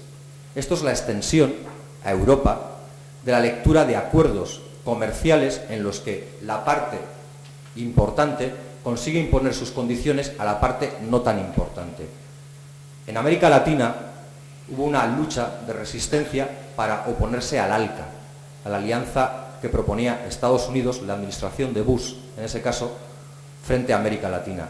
Hugo Chávez, Cuba, Venezuela, Bolivia, otra gente, otros países, también Brasil, también Uruguay, se opusieron y generaron el ALBA, que era otra manera de entender el comercio, porque aquí nadie está planteando que no haya relaciones comerciales entre países. Y aquí el problema no son los aranceles, comercio ya hay. Las empresas vascas ya pueden negociar, igual que cualquier otra empresa. Lo que aquí se quiere generar es un carril de poder de las transnacionales sobre las legislaciones de los estados soberanos. No digo ya de nosotros y de nosotras, o de aquellos de nosotros y de nosotras que pensamos que tuviéramos que ser soberanos, sino de los que incluso ahora se dicen soberanos y no lo son tantos. Porque ¿qué es el TTIP? El TTIP es el acuerdo que se quiere crear entre la Unión Europea y Estados Unidos para generar el área comercial más grande del planeta. ¿Por qué? Porque tienen miedo a la emergencia de los BRICS. Y los BRICS son el acrónimo de Brasil, Rusia, India, China y Sudáfrica. Y porque Estados Unidos, que en el año 2008 era socio preferente de 134 economías del resto del mundo, ahora lo es de 108. Y porque China, que en el año 2011 lo era socio preferente de 34, ahora lo es de 123. Porque se ha invertido la balanza y el orden geoestratégico. Y por eso Estados Unidos, no ya Estados Unidos, para ser más exacto, las transnacionales de Estados Unidos y las de la Unión Europea quieren mantener su poder de preeminencia en el mundo, en el orden geoestratégico. Esa es la realidad. Y ese es un orden que nos apela, que nos interpela a cada uno de nosotros y nosotras, no como personas, porque no importamos tanto como personas cuando nuestras regulaciones son prescindibles. Importamos como consumidores o como productores y productoras, pero no tanto como personas sujetas de derechos. Hillary Clinton, que ahora anda por ahí de caucu en caucu, ayer en Iowa, mañana en New Hampshire o no sé dónde es, decía que el TTIP era la OTAN económica que el orden global necesitaba. Eso no me lo estoy inventando yo, ni se lo inventa la gente, yo lo digo abiertamente, que como yo se declara anticapitalista. Lo decía Hillary Clinton. Era una manera de sujetar el orden global desde parámetros económicos para que el mundo manejara y caminara por los parámetros de desarrollo, progreso y, entre comillas, bienestar que el orden social imperante, que el modelo económico imperante, el capitalismo, provee para sí. Pero la propia Comisión Europea, cuando da luz verde en el 2013 a estas negociaciones, a estas rondas de negociaciones, decía que se trataba de generar un acuerdo para evitar costes y retrasos innecesarios a corporaciones. Es decir, señala qué hay que hacer y para quién hay que hacerlo. Pero ahí no aparecen las personas, ni los europeos y europeas, porque entre los europeos y europeas, es cierto, habrá personas que nos sintamos de diferente manera con respecto a lo que la Unión Europea hace. Lo que aquí parece claro es que la prioridad son las corporaciones, las transnacionales, frente a las legislaciones de los estados. Y lo señalaba Juan, y es verdad. Hablar del TTIP en genérico puede ser hasta frío, pero tenemos una ventaja, que esto no es nuevo, que lo señalábamos antes, hablaba del acuerdo transpacífico, se podría hablar del CETA, que se firma en estos momentos o que va a ver la luz con Canadá, o se podría hablar del TISA también. Y en el TISA, que es otro acuerdo de última generación, lo que se promueve es la liberalización de los servicios públicos, entendiendo como servicios privativos, esos de los que se hablaba, como salvados de esa posible privatización, a la policía y a los servicios de orden y de constitución de control de una sociedad. No habla de la sanidad y la educación el TISA, y se está firmando ahora. No habla. No deja ninguna puerta cerrada, pero voy a decir más, porque al final se trata de aterrizar con lo concreto, y yo sé que lo de los pollos colorados tiene su coña, pero a la gente igual le suena lejos. Con el TISA, y a través de la cláusula trinquete de la que ha hablado Juan, no se pueden remunicipalizar servicios públicos. Yo no sé qué pelea tenéis en Ortuella, porque no he venido muchas veces, y es cierto, pero no soy un conocedor de la realidad municipal de Ortuella, ni de otros muchísimos municipios. Yo sé que en muchos municipios de Euskal Herria hay una pelea por remunicipalizar servicios públicos, por volver a coger servicios que eran de todos y se externalizaron, y volver a llevarlos a cabo desde la gestión pública, porque se puede hacer mejor. Con el TISA no va a ser posible, y no me lo estoy inventando. ¿Quiénes impulsan? Pues aparte de las transnacionales de la Unión Europea y de Estados Unidos, pues yo creo que hay que hablar claro. Hay dos lobbies, dos grandes lobbies a ambos lados del charco, que están promoviendo todas las rondas de negociaciones. Una es Business Europe y la otra es el Consejo de Empresas Transoceánicas. Esas dos realidades son las que están promocionando todas las rondas de negociaciones opacas, como os ha señalado, para buscar cuáles son los puntos de acuerdo. ¿Y cómo se vende? Va a generar más empleo, va a generar más actividad comercial, necesitamos seguir ocupando centralidad en un orden global, pero ¿cuál es la realidad? Porque, como decía antes, esto no nace de la nada, tenemos experiencias concretas. Bueno, la realidad es que en México les dijeron lo mismo y su tasa de pobreza aumentó exponencialmente. En el año 94 surgió el alzamiento zapatista. Su comandante Marcos, seguramente todos conocemos esa figura. Eso no nace solo, que también, de la rebelión indígena. Nace de la oposición a un tratado comercial que se llevaba por delante a todo su agro, que se llevaba por delante a todas sus maneras de vida. Parecía una locura utópica, quizás por las formas, por la estética, pero la realidad, a día de hoy, es que no estaban tan equivocados, porque su tasa de pobreza ha sido inversamente proporcional a la riqueza de unos pocos. Porque Carlos Slim, lo voy a decir así, lo soy muy bruto, muy amigo de Felipe González, tenía 6.000 millones de dólares en 1994. 20 años después tiene 76.000 millones de dólares como riqueza. Porque la tasa de pobreza extrema en México era del 16% al inicio, del 28% rápidamente al año siguiente, y ahora está en el 52%. Y porque esa realidad no es una realidad que nos pueda sonar muy lejana, y a mí me alegra, de verdad, y me hace saltarme el orden de lo que iba a decir, que se haya hablado del Parlamento de Gasteiz. En el Parlamento de Gasteiz, fruto de la correlación que hay ahora, no quito ni pongo méritos a nadie, el TTIP, que parece que algo importante es, solo ha sido llevado a debate en esa Cámara cada vez que lo hemos llevado desde Euskal Herria Bildu. Y nadie se llevará a sorpresa si digo que ha sido para criticarlo. Y el TTIP y el Parlamento de Gasteiz, el resto de fuerzas políticas, a excepción de Euskal Herria Bildu, nos han dicho que éramos alarmistas. Yo me alegro de que hoy se diga que hay opacidad, pero la opacidad no viene de la nada. La opacidad no es una forma de funcionar inevitable, es una intencionalidad. Es decir, cuando ha habido más de 670 reuniones y solo se conoce un 7% de las reuniones, yo creo que señalar que hay opacidad no es motivo suficiente para dejar siquiera un mínimo margen de confianza a ese funcionamiento. Pero en el Parlamento de Gasteiz, cuando hemos interpelado a la consejera de Economía o de Innovación Económica, la señora Tapia, nos señalaba el ejemplo de México. Nos decía que México era una línea de avance. Yo he dado los datos de México, no me los inventaba. Son de un informe de Vicente Navarro del año 2014, del año 2015. No es, desde luego, muy falible en lo que dice, por desgracia, para los mexicanos y mexicanas. Pero cuando en el Parlamento de Gasteiz hemos preguntado a la consejera y a los consejeros cuál era el análisis que ellos hacían sobre el impacto que pudiera tener en nuestra economía y en nuestra sociedad la aplicación del TTIP, la respuesta ha sido que no lo han evaluado.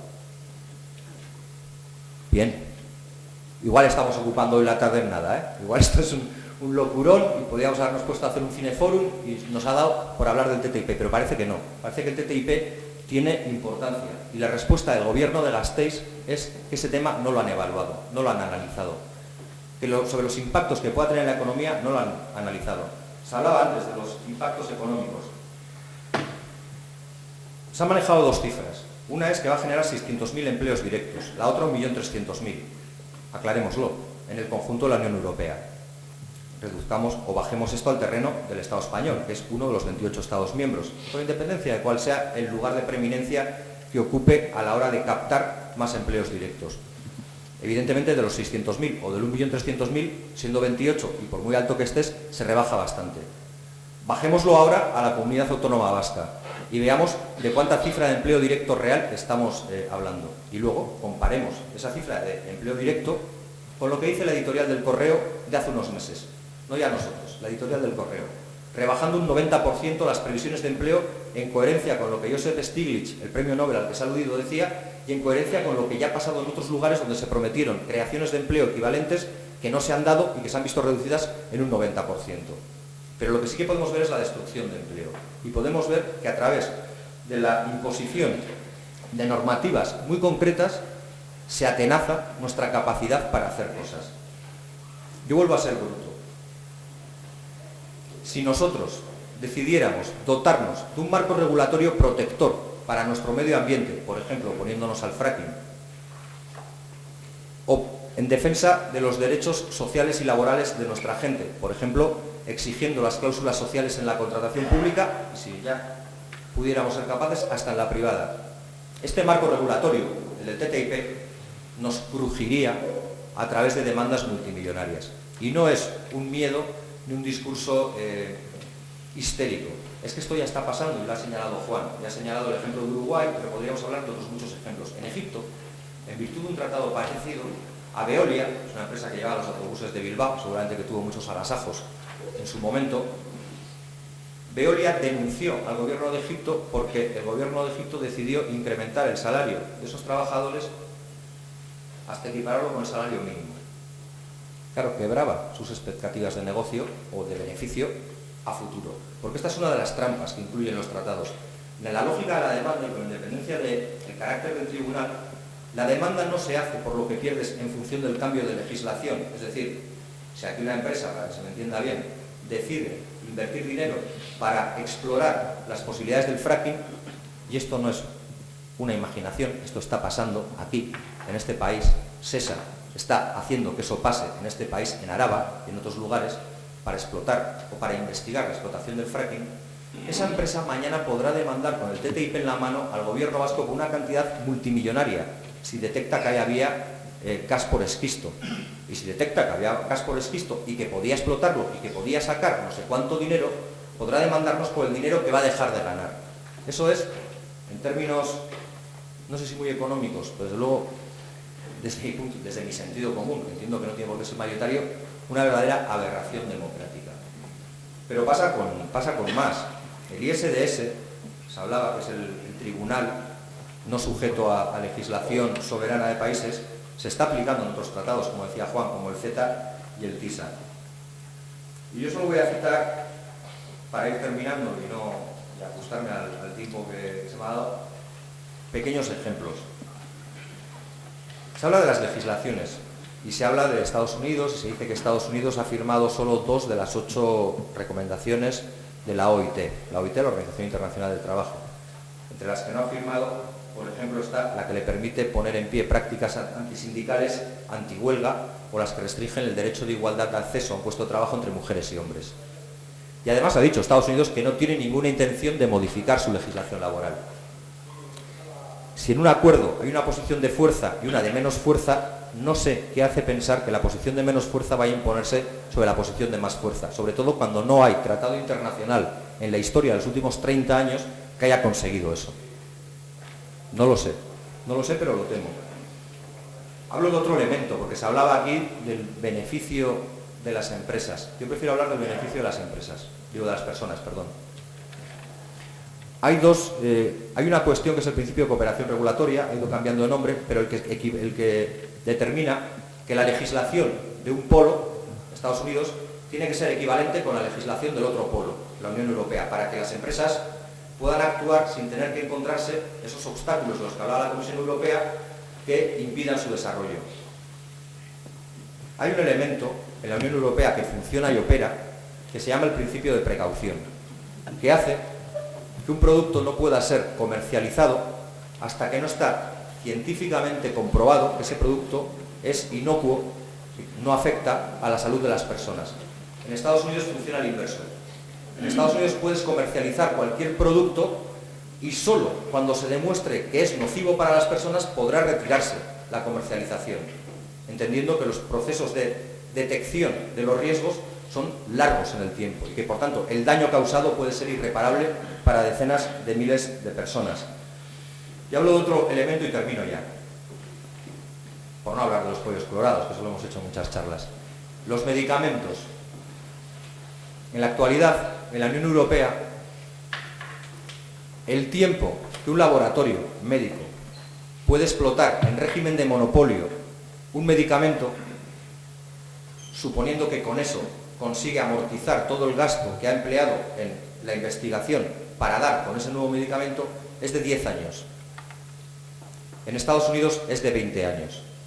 ¿Eso qué significa? Que en un principio de equiparación regulatoria probablemente nos vayamos a los 20 años. Y eso, traducido al común de los mortales, de los que estamos aquí, significa que los genéricos que hacen que podamos acceder a muchos medicamentos a un precio asequible, tardaremos 10 años más en tenerlos de los que en la actualidad tenemos.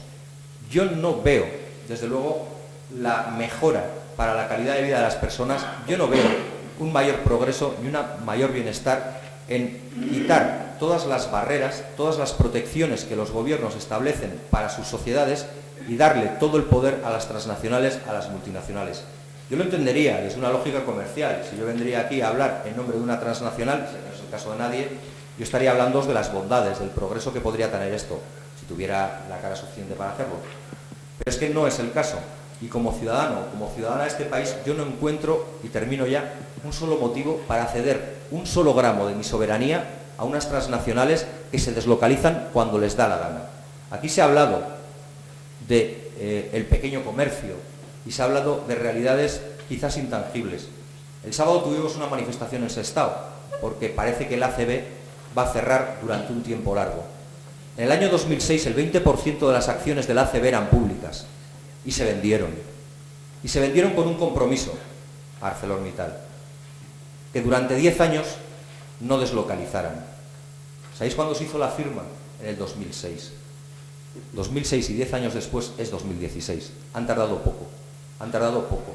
Y a mí, como me parece que, bueno, como yo vengo de una cultura donde perder es más fácil que ganar, donde estamos más habituados a la derrota que a la victoria, pese a nuestro verbo incendiario, yo he decidido que ya a estas alturas de la película o de mi vida acepto los resultados democráticos. Y los acepto con todas las consecuencias, hasta que, como pasa muchas veces, no me dan la razón. A mí me encantaría que los procesos de validación democrático que ahora se están poniendo de moda, que son los referéndums, ya sea entre las bases militantes de las formaciones políticas, o donde sea, se aplicaran también aquí.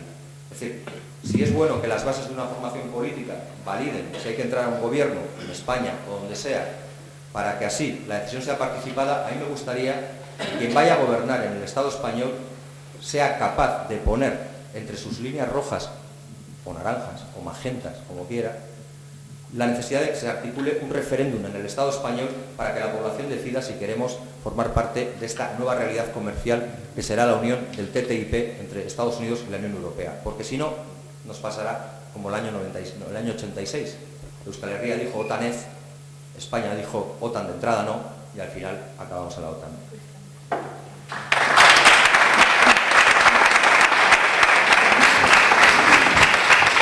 Bueno, nos queda media horita para poder hablar, entonces aquel que quiera hacer alguna pregunta le paso el aparato. Intentamos ser cortos y evitamos preguntas, no es para hablar nosotros. buenas. Me gustaría hacer algunas matizaciones al del PSOE. Has comentado que según el acuerdo, durante un año no se puede decir nada, ¿no? Yo según tengo un año de vigencia, que la opinión pública no podría saber nada. Bueno, era para matizar, digo, que según el acuerdo son 30 años, es decir, que me voy a morir y todavía no voy a saber lo que se ha firmado. O sea, yo según lo que he cogido de Wikileaks y tal, según el acuerdo, durante 30 años lo que se está negociando no saldría a la luz. Ni yo lo he dicho, ni creo que... No. O sea, las primeras que escuché, pero bueno, para que eso da igual. Lo de que crearía empleos, pues creo que tengo los datos aquí. Según la Cámara de Comercio de Estados Unidos, lo que se hizo, pues,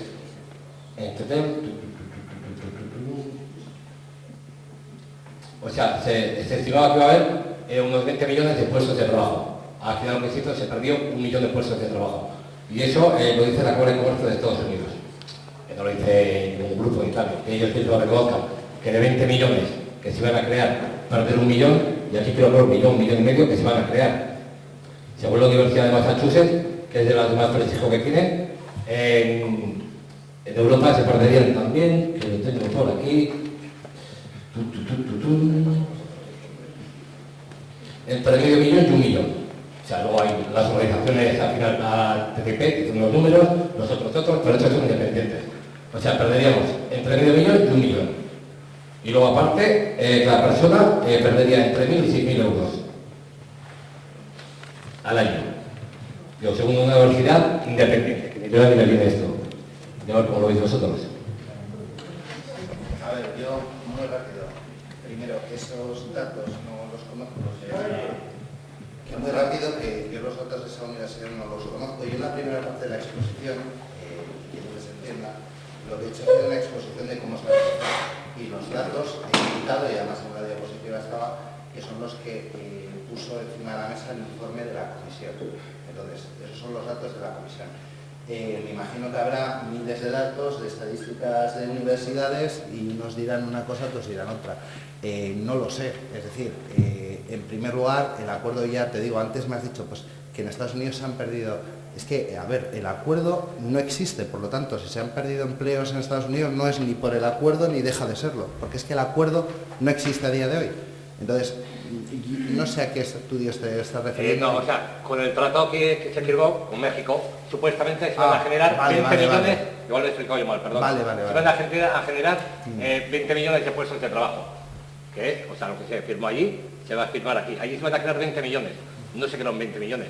Y no es que lo diga una universidad, la Cámara de Comercio de Estados Unidos reconoció que pues no se han creado 20 millones, se ha perdido 1 millón de puestos de trabajo. Solo en Estados Unidos. Sí, bueno, en México, como han comentado, fue mucho peor. Aquí nos están vendiendo la misma moto, que se van a crear puestos de trabajo. Aún no se sabe.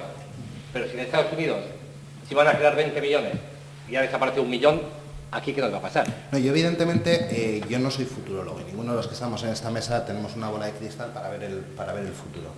Yo lo que quiero es que quede clara una cosa, y es, yo no sé si se crearán empleos o no se crearán empleos. Lo que sí tengo muy claro es que si este tratado acaba acordándose, Europa tiene que exigir unos mínimos para esas afecciones que puedan tener a los trabajadores europeos.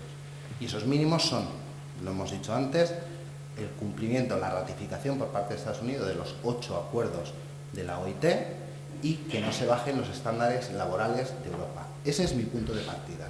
Yo es lo que defiendo. Por eso he dicho antes que la resolución del 8 de julio del Parlamento Europeo, que recoge eso, y eso es lo que ha votado el Parlamento Europeo, que no se nos olvide, que es el órgano que va a tener que ratificar y decir sí o no a ese acuerdo, y que no se nos olvide que es un órgano democrático, antes lo señalaba Juan, es un órgano que ha sido elegido por los ciudadanos de Europa. Ese Parlamento Europeo ya ha dicho, ha puesto unos límites, y ese Parlamento Europeo va a ser el que le diga sí o no al acuerdo que llegue. Entonces yo quiero que ese acuerdo contenga unos mínimos, y si no los contiene, yo no estaré a favor de ese acuerdo. Y por eso me parece importante la resolución del 8 de julio del Parlamento Europeo, porque pone esos mínimos encima de la mesa. A partir de ahí, si luego se crea empleo, que yo entiendo que sí, al crearse un marco mayor de consumo, pero si luego se crea empleo o no, eso será el día a día. No soy futurólogo y nadie de los que estamos aquí somos futurólogos.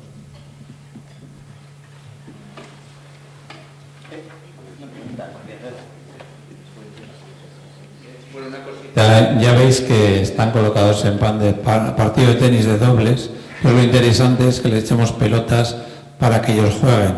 Vamos a dejar de intentar ser espontáneos, que nos metemos en el partido, porque vamos a echar pelotas cortas, que lo jueguen ellos.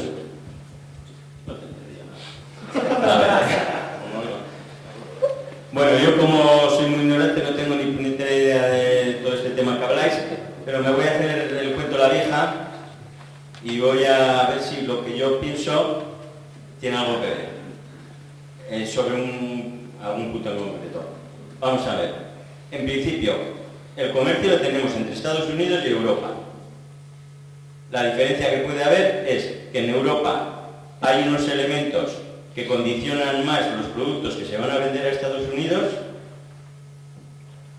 y que en Estados Unidos tienen más libertad y sus productos tienen menos seguridad y menos garantías que los que pueden tener en Europa. Entonces, este tratado que se va a hacer, lo que va a hacer es facilitar que los productos que Estados Unidos nos venden, tipo de alimentación, que los tenemos aquí ya de todo tipo, pues todas las cortapisas que se le ponen en Europa, por los cuales hoy en día no los pueden vender, transgénicos o de otro tipo, con este tipo de tratado se van a poder vender aquí. Entonces, si es así, que yo no sé, yo os pregunto, si es así, nosotros seguiremos vendiendo productos con la misma calidad, con la misma responsabilidad que se están vendiendo ahora en Estados Unidos. Pero Estados Unidos nos va a traer aquí unos productos que nos van a perjudicar. Y en el tema de salud, va, por lo que se ve, con bastante gravedad. ¿Es así o no es así? Gracias. Muy breve.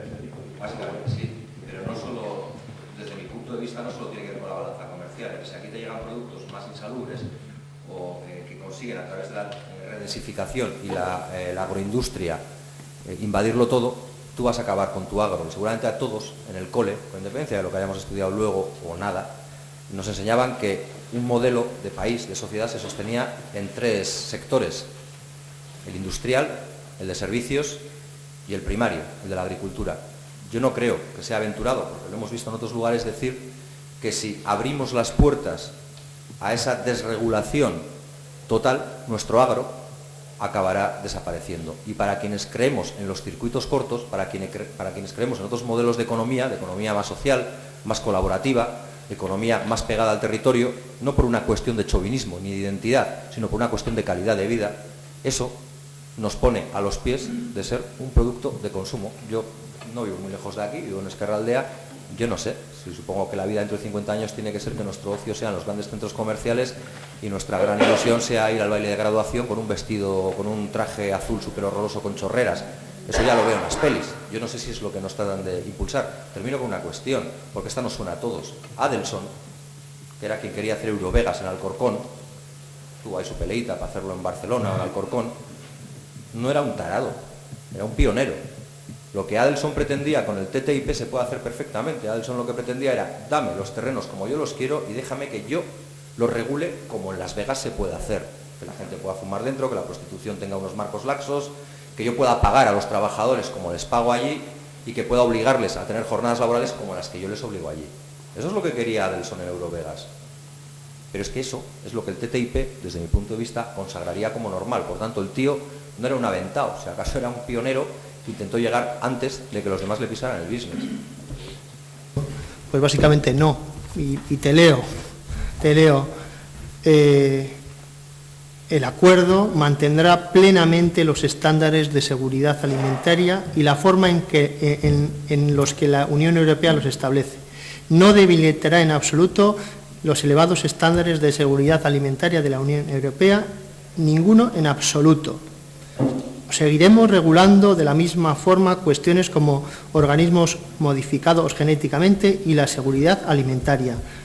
El acuerdo no obligará a la Unión Europea a importar alimentos modificados genéticamente, tratada con hormonas, es decir, yo lo estoy leyendo, no sé si será así o no, digo, que estoy leyendo de la Comisión Europea, digo, igual es mentira, no tengo, pero bueno, lo dice con absoluta claridad, es una de las líneas, está muy de moda ahora, de las líneas rojas que se han establecido en el Parlamento Europeo, y me imagino que los grupos parlamentarios que han aprobado esa resolución, cuando de verdad se vea el contenido del acuerdo, pues me imagino que caerán en la cuenta y verán si esto que se dice es verdad o es mentira, porque si se está diciendo, igual es propaganda, igual es un panfleto, desde luego que tiene una intencionalidad, pero bueno, se está diciendo con absoluta claridad, y la fuente, pues bueno, es la Comisión Europea, que la Comisión Europea, pues en cierto modo, pues tiene cierta legitimidad democrática, en cierta medida, podía tener mucho más, y bueno, es decir, no sé, yo lo que ha dicho es, Óscar, es todo lo contrario a lo que estoy leyendo aquí. No sé si será así o no, y si el acuerdo recogerá esas barreras. Si no pueden vender más productos que los que ahora no pueden vender, no los van a poder vender luego, nos parece muy lógico hacer un tratado de esto. Sí, simplemente solamente dos datos a lo que habéis comentado, que tiene que ver un poco con la pregunta. Aparte de lo que diga el texto, que entiendo que te pegues al texto de la norma o a la resolución del Parlamento, yo voy a dar otro dato que habrá que cruzarlo, al menos con el texto formal, ¿no? Simplemente lo dejo ahí. Fijaros, el medio ambiente en Estados Unidos, desde 1976, ha echado para atrás de 84.000 sustancias químicas, 6. En la Unión Europea prohíbe el uso de 1.000 sustancias, por ejemplo, en cosméticos. En el mismo periodo de tiempo, en Estados Unidos, una docena. ¿Esto qué quiere decir? Quiere decir, y yo en parte yo estoy de acuerdo con lo que decís, pero yo te pediría una cosa, y además yo creo que, por lo menos tú que te dedicas a la política de esto, creo que estarás de acuerdo conmigo. Hombre, un texto es importante, pero reconóceme que hay que mirar otras cosas. ¿Qué ocurre en Estados Unidos? ¿Qué ocurre aquí? ¿Qué ocurre en otros tratados? ¿Qué efectos ha provocado? No te agarres todo el rato, pero yo con toda la resolución, porque tú sabes que la resolución es muy indeterminada, es muy abierta, desabierta, contradice lo que hay en principio de precaución. Y fíjate, yo en los temas de derechos laborales, luego si quieres te lo paso, pero el informe que ha llegado a mis manos de la OGT, de hace menos de 6 meses, es un informe espectacular, y desde luego contradice lo que tú dices. No debe tener tanta fe en este tema. Me parece que los datos son otros, ¿no? Y hay que cruzarlos. El texto de la ley formal es interesante, pero hay que cruzarlo. Si hay 1.200 sustancias y solamente que se han prohibido 6, eso contradice con lo que ocurre, algo está pasando. O sea, yo creo que no podemos, y creo yo, pegarnos simplemente al texto de lo negociado, porque además es lo que dice la Comisión. Sí, pero es que eso no es lo que dice Estados Unidos. Y eso es lo que nos tapa. ¿Hacia dónde va el texto consolidado? El texto consolidado quiere decir lo que dice la Comisión, lo que dice Estados Unidos, ya que acuerdos van llegando. A ver, yo creo que me parece que hay que ir un poco más allá del texto, porque yo creo que hay otros datos que se cruzan. Oye, yo sí quiero... A ver, vale. Yo es que no me resisto y aquí voy a ser un poco rompedor. Se nos habla del texto consolidado, pero a la vez se nos dice que ese texto está oculto. Es decir, entonces tú nos acabas de decir, tenéis que ver lo que está en el texto consolidado. Y el texto consolidado no se conoce. Mira, yo es que creo que aquí se dibujan dos realidades. Yo no os voy a pedir que me creáis. Yo os voy a pedir que lo leáis. Yo voy a pedir que vayáis a la fuente, lo veáis lo que hay y os hagáis vuestra propia opinión, que es lo que a mí me parece interesante. Yo no voy a utilizar aquí argumentos de unas personas o de otras, no, yo me voy al texto, a lo único que conocemos.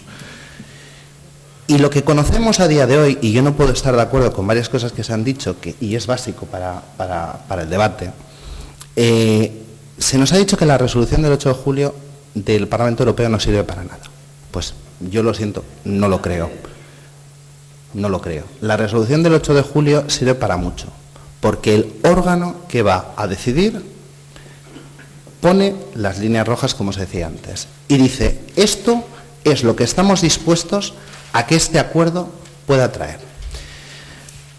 Entre otras cosas, se excluyen expresamente los servicios públicos. Expresamente. Os lo vuelvo a decir, no me creáis, os lo he puesto ahí. Id al Parlamento Europeo, ponéis solamente resolución de 8 de julio y lo leéis. En el punto B5 creo que es. Se nos ha dicho antes, y esto sí lo has comentado, es que se hace trampa porque se excluye del TTIP, porque va a ir en el TISA. Pues mira, noticia de hoy. Os podéis meter en Google y ponerlo. Hoy se ha aprobado la resolución en el Parlamento Europeo sobre el TISA. El Parlamento Europeo vuelve a excluir todos los servicios públicos, no la policía. Lo podéis leer, os metéis ahora mismo en Internet y lo veis. En expansión.com, un periódico de esos que no solemos leer, están en estos momentos echando las muelas porque el Parlamento Europeo ha aprobado eso.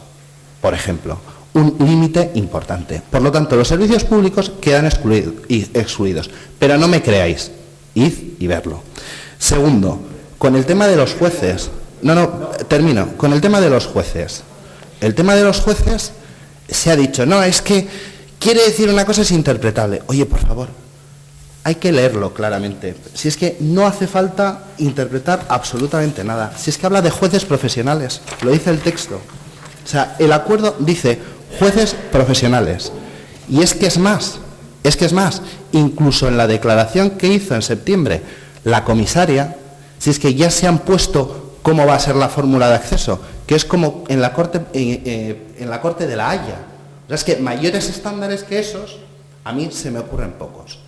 Acto seguido, os diré, y os lo vuelvo a decir porque lo he dicho antes. Primero, ni me creéis a mí ni creéis a nadie de los que están aquí en la mesa. Miradlo porque es un tema importante y en eso estoy absolutamente de acuerdo, que es un tema que igual nos pilla pues para una tarde de febrero como un poco raro, pero es un tema muy importante y que cada uno tiene que tener su opinión, pero que sea una opinión formada. Y segundo, yo es que no estoy ni a favor ni en contra del acuerdo. Yo primero quiero ver el acuerdo y exigiré que ese acuerdo respete lo que la resolución del Parlamento Europeo ha dicho. Si no lo respeta, estaré en contra. Y si lo respeta, estaré a favor. Solo eso. Solo una cosilla, porque yo creo que con esta cuestión aquí interpelamos en preguntas. Se está ultimando un acuerdo, que es más conocido, que es el CETA. Es un acuerdo con Canadá. En ese acuerdo aparece el ISDS, que es el Tribunal de Resolución de Controversias Estado Inversor, que da ese poder que nosotros decimos a órganos no sometidos a legislaciones soberanas. ¿Por qué? ¿Por qué se le otorga y por qué dentro de ese tratado se da el ISDS y también el principio de cooperación regulatoria, el que iguala las legislaciones y no se va a dar en Estados Unidos? ¿Por qué lo que vale ahora con Canadá no va a valer con Estados Unidos en el caso de que estemos haciendo alarmismo? Algo que por otra parte a mí me encantaría, porque no pasaría de ser un alarmista sin efectos nocivos para vosotros y para vosotras. Y hay otra cuestión, con el tema del carácter democrático de la Unión Europea. Veremos, porque todos sabéis, vosotros dos sabéis, que en función de cómo se ha catalogado el tratado, será mixto o no mixto. Y si es una cosa o la otra, tendrá que ser sometido a ratificación de los Estados miembros o no. Pero siempre bueno, para evitar, siguiendo con lo del tenis, para evitar peloteo, entramos en muerte súbita y pasamos al siguiente juego. ¿Quién más?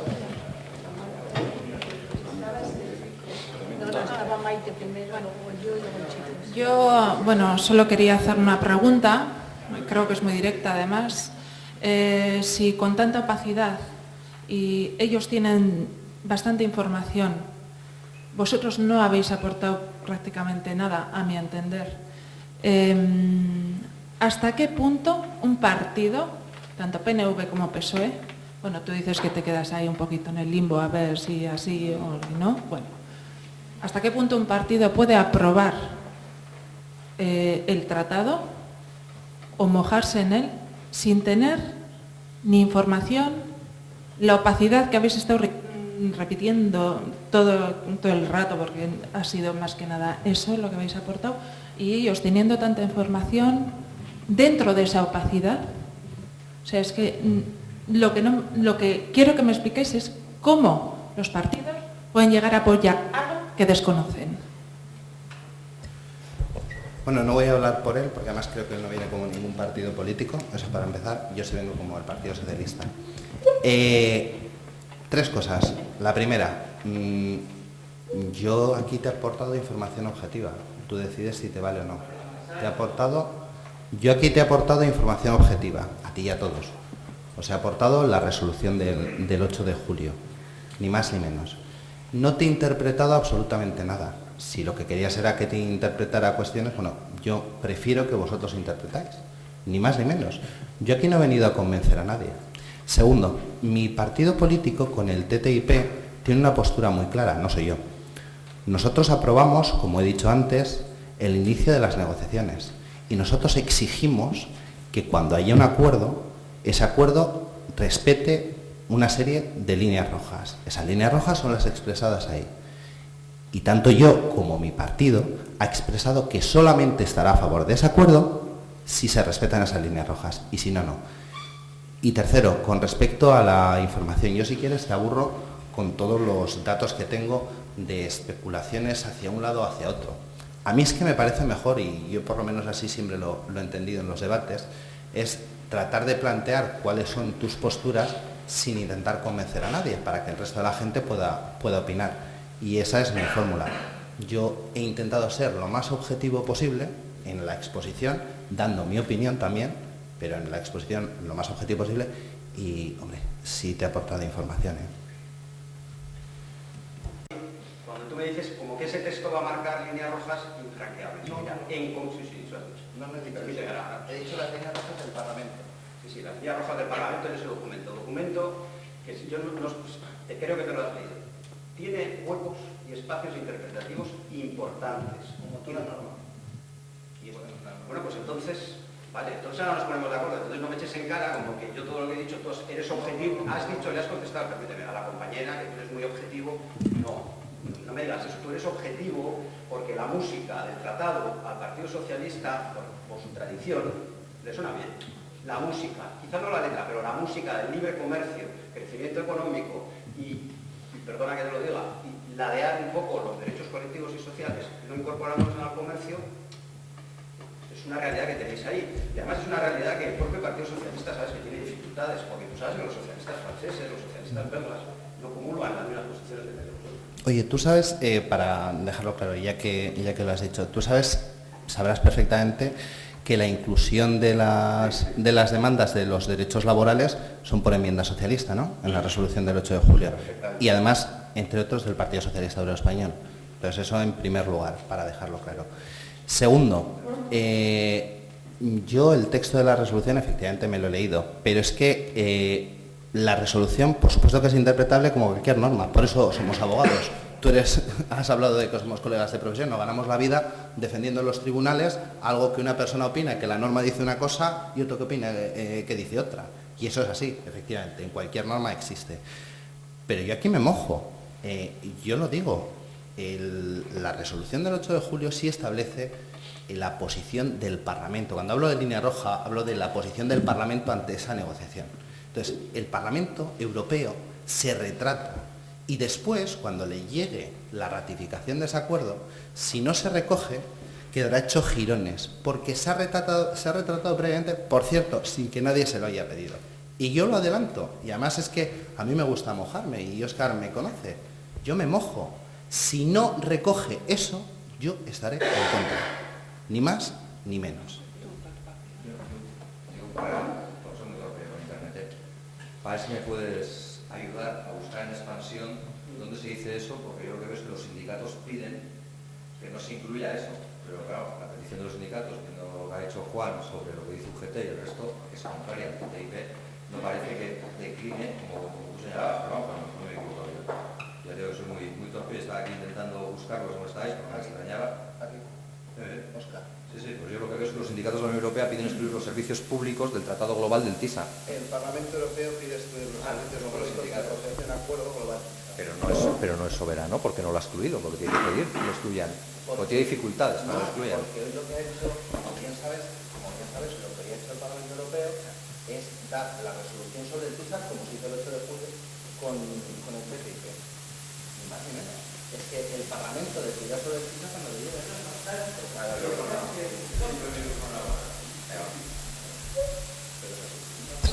A mí sí me gustaría responder a la pregunta para que, hombre, a ver, que haya opacidad, que no sea lo suficientemente transparente, no significa que los partidos políticos no tengan ciertas fuentes de información. Yo te puedo decir que en este caso la posición del Partido Nacionalista Vasco está aliada con el grupo al que pertenece en el Parlamento Europeo, que es ALDE, en el cual pues es favorable al TIP, reclamando revisión y actualizando la Corte, el Tribunal de Arbitraje.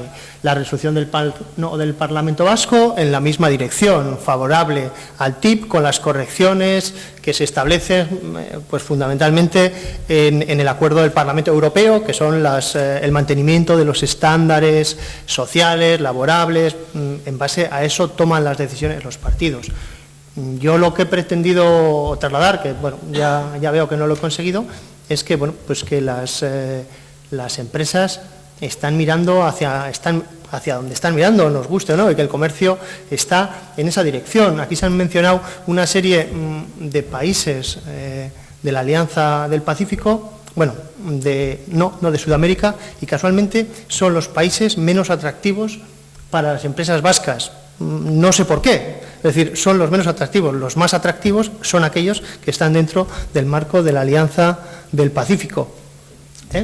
Las cooperativas y todas las empresas de Vizcaya están yendo a México. Seguramente no pero bueno, de una manera importante para mantener los puestos de trabajo aquí, porque sus clientes están allí y les demandan que vayan allí. Entonces, bueno, yo no digo que eso esté bien ni mal, te digo que en las misiones comerciales, en todo el comercio que tienen las empresas de la CAP y concretamente de este territorio y de Guipúzcoa, están mirando a todos los países que se han mencionado aquí, bueno, a los que no se han mencionado aquí, ni a Venezuela, ni a Bolivia, ni al resto de países, ni a Uruguay. Bueno, es decir, no sé por qué. Te quiero decir que, bueno, pues sí, esa es donde van las tendencias del comercio y donde las empresas vascas pueden vender. Porque igual sufrir una nacionalización, como en Bolivia, porque igual están expoliando los recursos, puede ser, porque igual tengan gobiernos más soberanos que deciden defender los recursos. Yo no entro en por qué. Puede ser.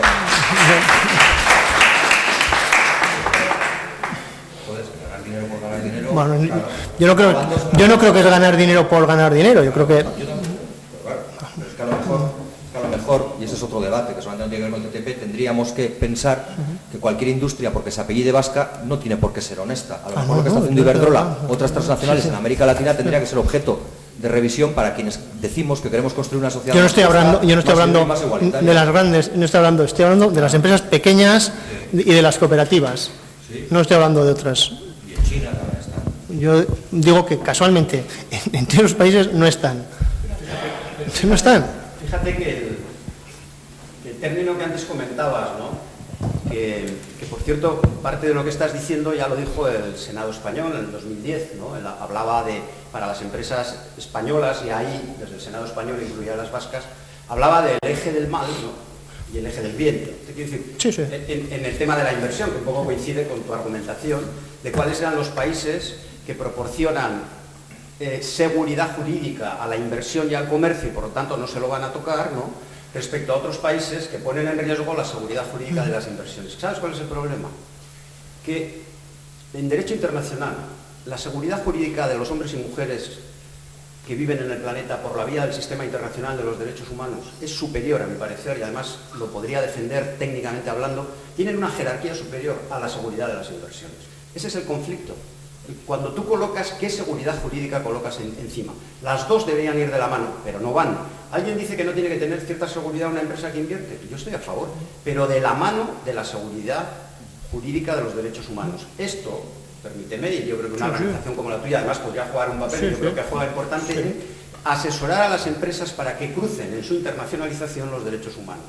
Porque la llegada a México, si no se hace desde aquí, está garantizada en muchos momentos, ¿no?, una violación de los derechos humanos, es decir, una acumulación económica, ¿sí?, por vulneración de derechos. Porque te voy a decir más, y con esto termino.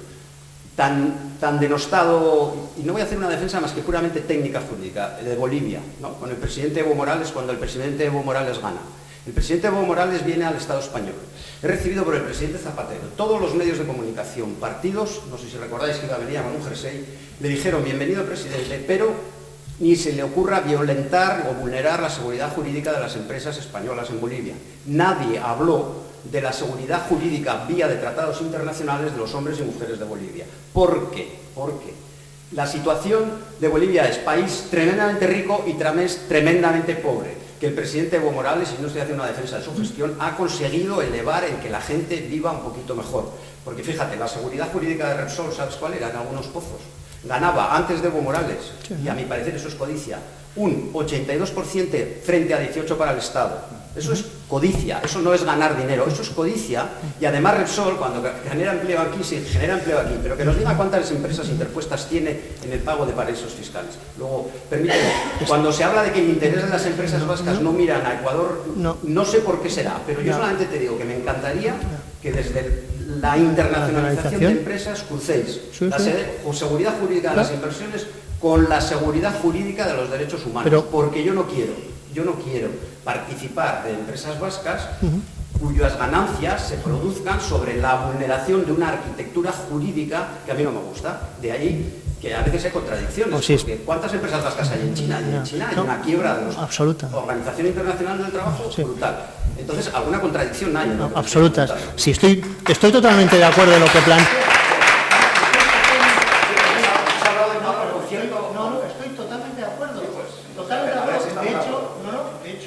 Una de las acciones que están promoviendo es divulgar lo atractivo que son las oportunidades reales de los mercados de Bolivia, Ecuador y Uruguay. Pero otra cosa es que no hay respuesta. Es decir, y eso es porque, no sé si hay una idea generalizada, pero la realidad es esa, que por mucho que invites a de hecho las embajadas vienen y los consulados están informando sobre las oportunidades grandes que hay en esos países, pero las empresas no acuden. Yo no entro en valorar esto, digo, pero que crees una misión, haces una misión a Chile, van 40, a México 50, a Colombia 60, a Bolivia, a Ecuador, hacemos Perú, Ecuador por igual, es decir, con más bolsa de viaje, incentivando, y yo creo que la mayoría de las empresas vizcaínas que viajan, sus códigos éticos y sus prácticas son muy importantes, pero no hay respuesta. Es decir, entonces yo no estoy viendo, porque estoy de acuerdo en lo que han planteado, en ese planteamiento ético, pero es que no hay respuesta, y esa es la realidad. Entonces, lo que decía antes, ¿hacia dónde debe mirar Europa? ¿Hacia dónde debe mirar la CAP? ¿Hacia dónde debe mirar Euskadi? ¿Hacia dónde debe mirar? ¿Y por qué se está mirando hacia esa zona de la derecha, hacia Estados Unidos? Porque ahí vemos que están las oportunidades para nuestras empresas. Yo solo estoy diciendo tasa de ganancia interesante. Que sea bueno, sea malo, que me guste el modelo americano, no se está mirando a otro lado, que parece que también hay una cierta, está comúnmente aceptado que esos modelos de desarrollo, de los cuales yo hasta puedo discrepar, pero son los estándares que estamos comprando, que la sociedad no está viendo. Es así. Por lo tanto, las empresas están en esa línea. ¿Que podría ser de otra manera? Sí. Decirme qué países a los que nos miramos en el norte de Europa, ¿hacia dónde están mirando? ¿Hacia dónde están mirando todos los mercados? Pues sí, es muy ideal. Pero están mirando hacia allá. Pobre Europa. Bueno. Los países con estándares sociales más importantes están mirando hacia allá. Resulta un poco triste que se mira al comercio con Estados Unidos y resulta que en el corazón de Europa se están volviendo a levantar las fronteras para los humanos. Entonces es un poco contradicente y esto de... La política es una y la dialéctica del comercio es otra. Es que yo no estoy diciendo que sea bueno o malo, pero la lechuga puede volar libremente de Vigo a Chihuahua o a Arizona Y resulta que una persona va a tener que tener otra vez pasaporte para ir de Francia a Alemania o de Alemania a Polonia. O sea, eso es lo que habría que mirar antes de hacer nada de todo esto. Pero eso es otra historia, es otro debate, es otra dialéctica, ¿no? Es la que estamos aquí.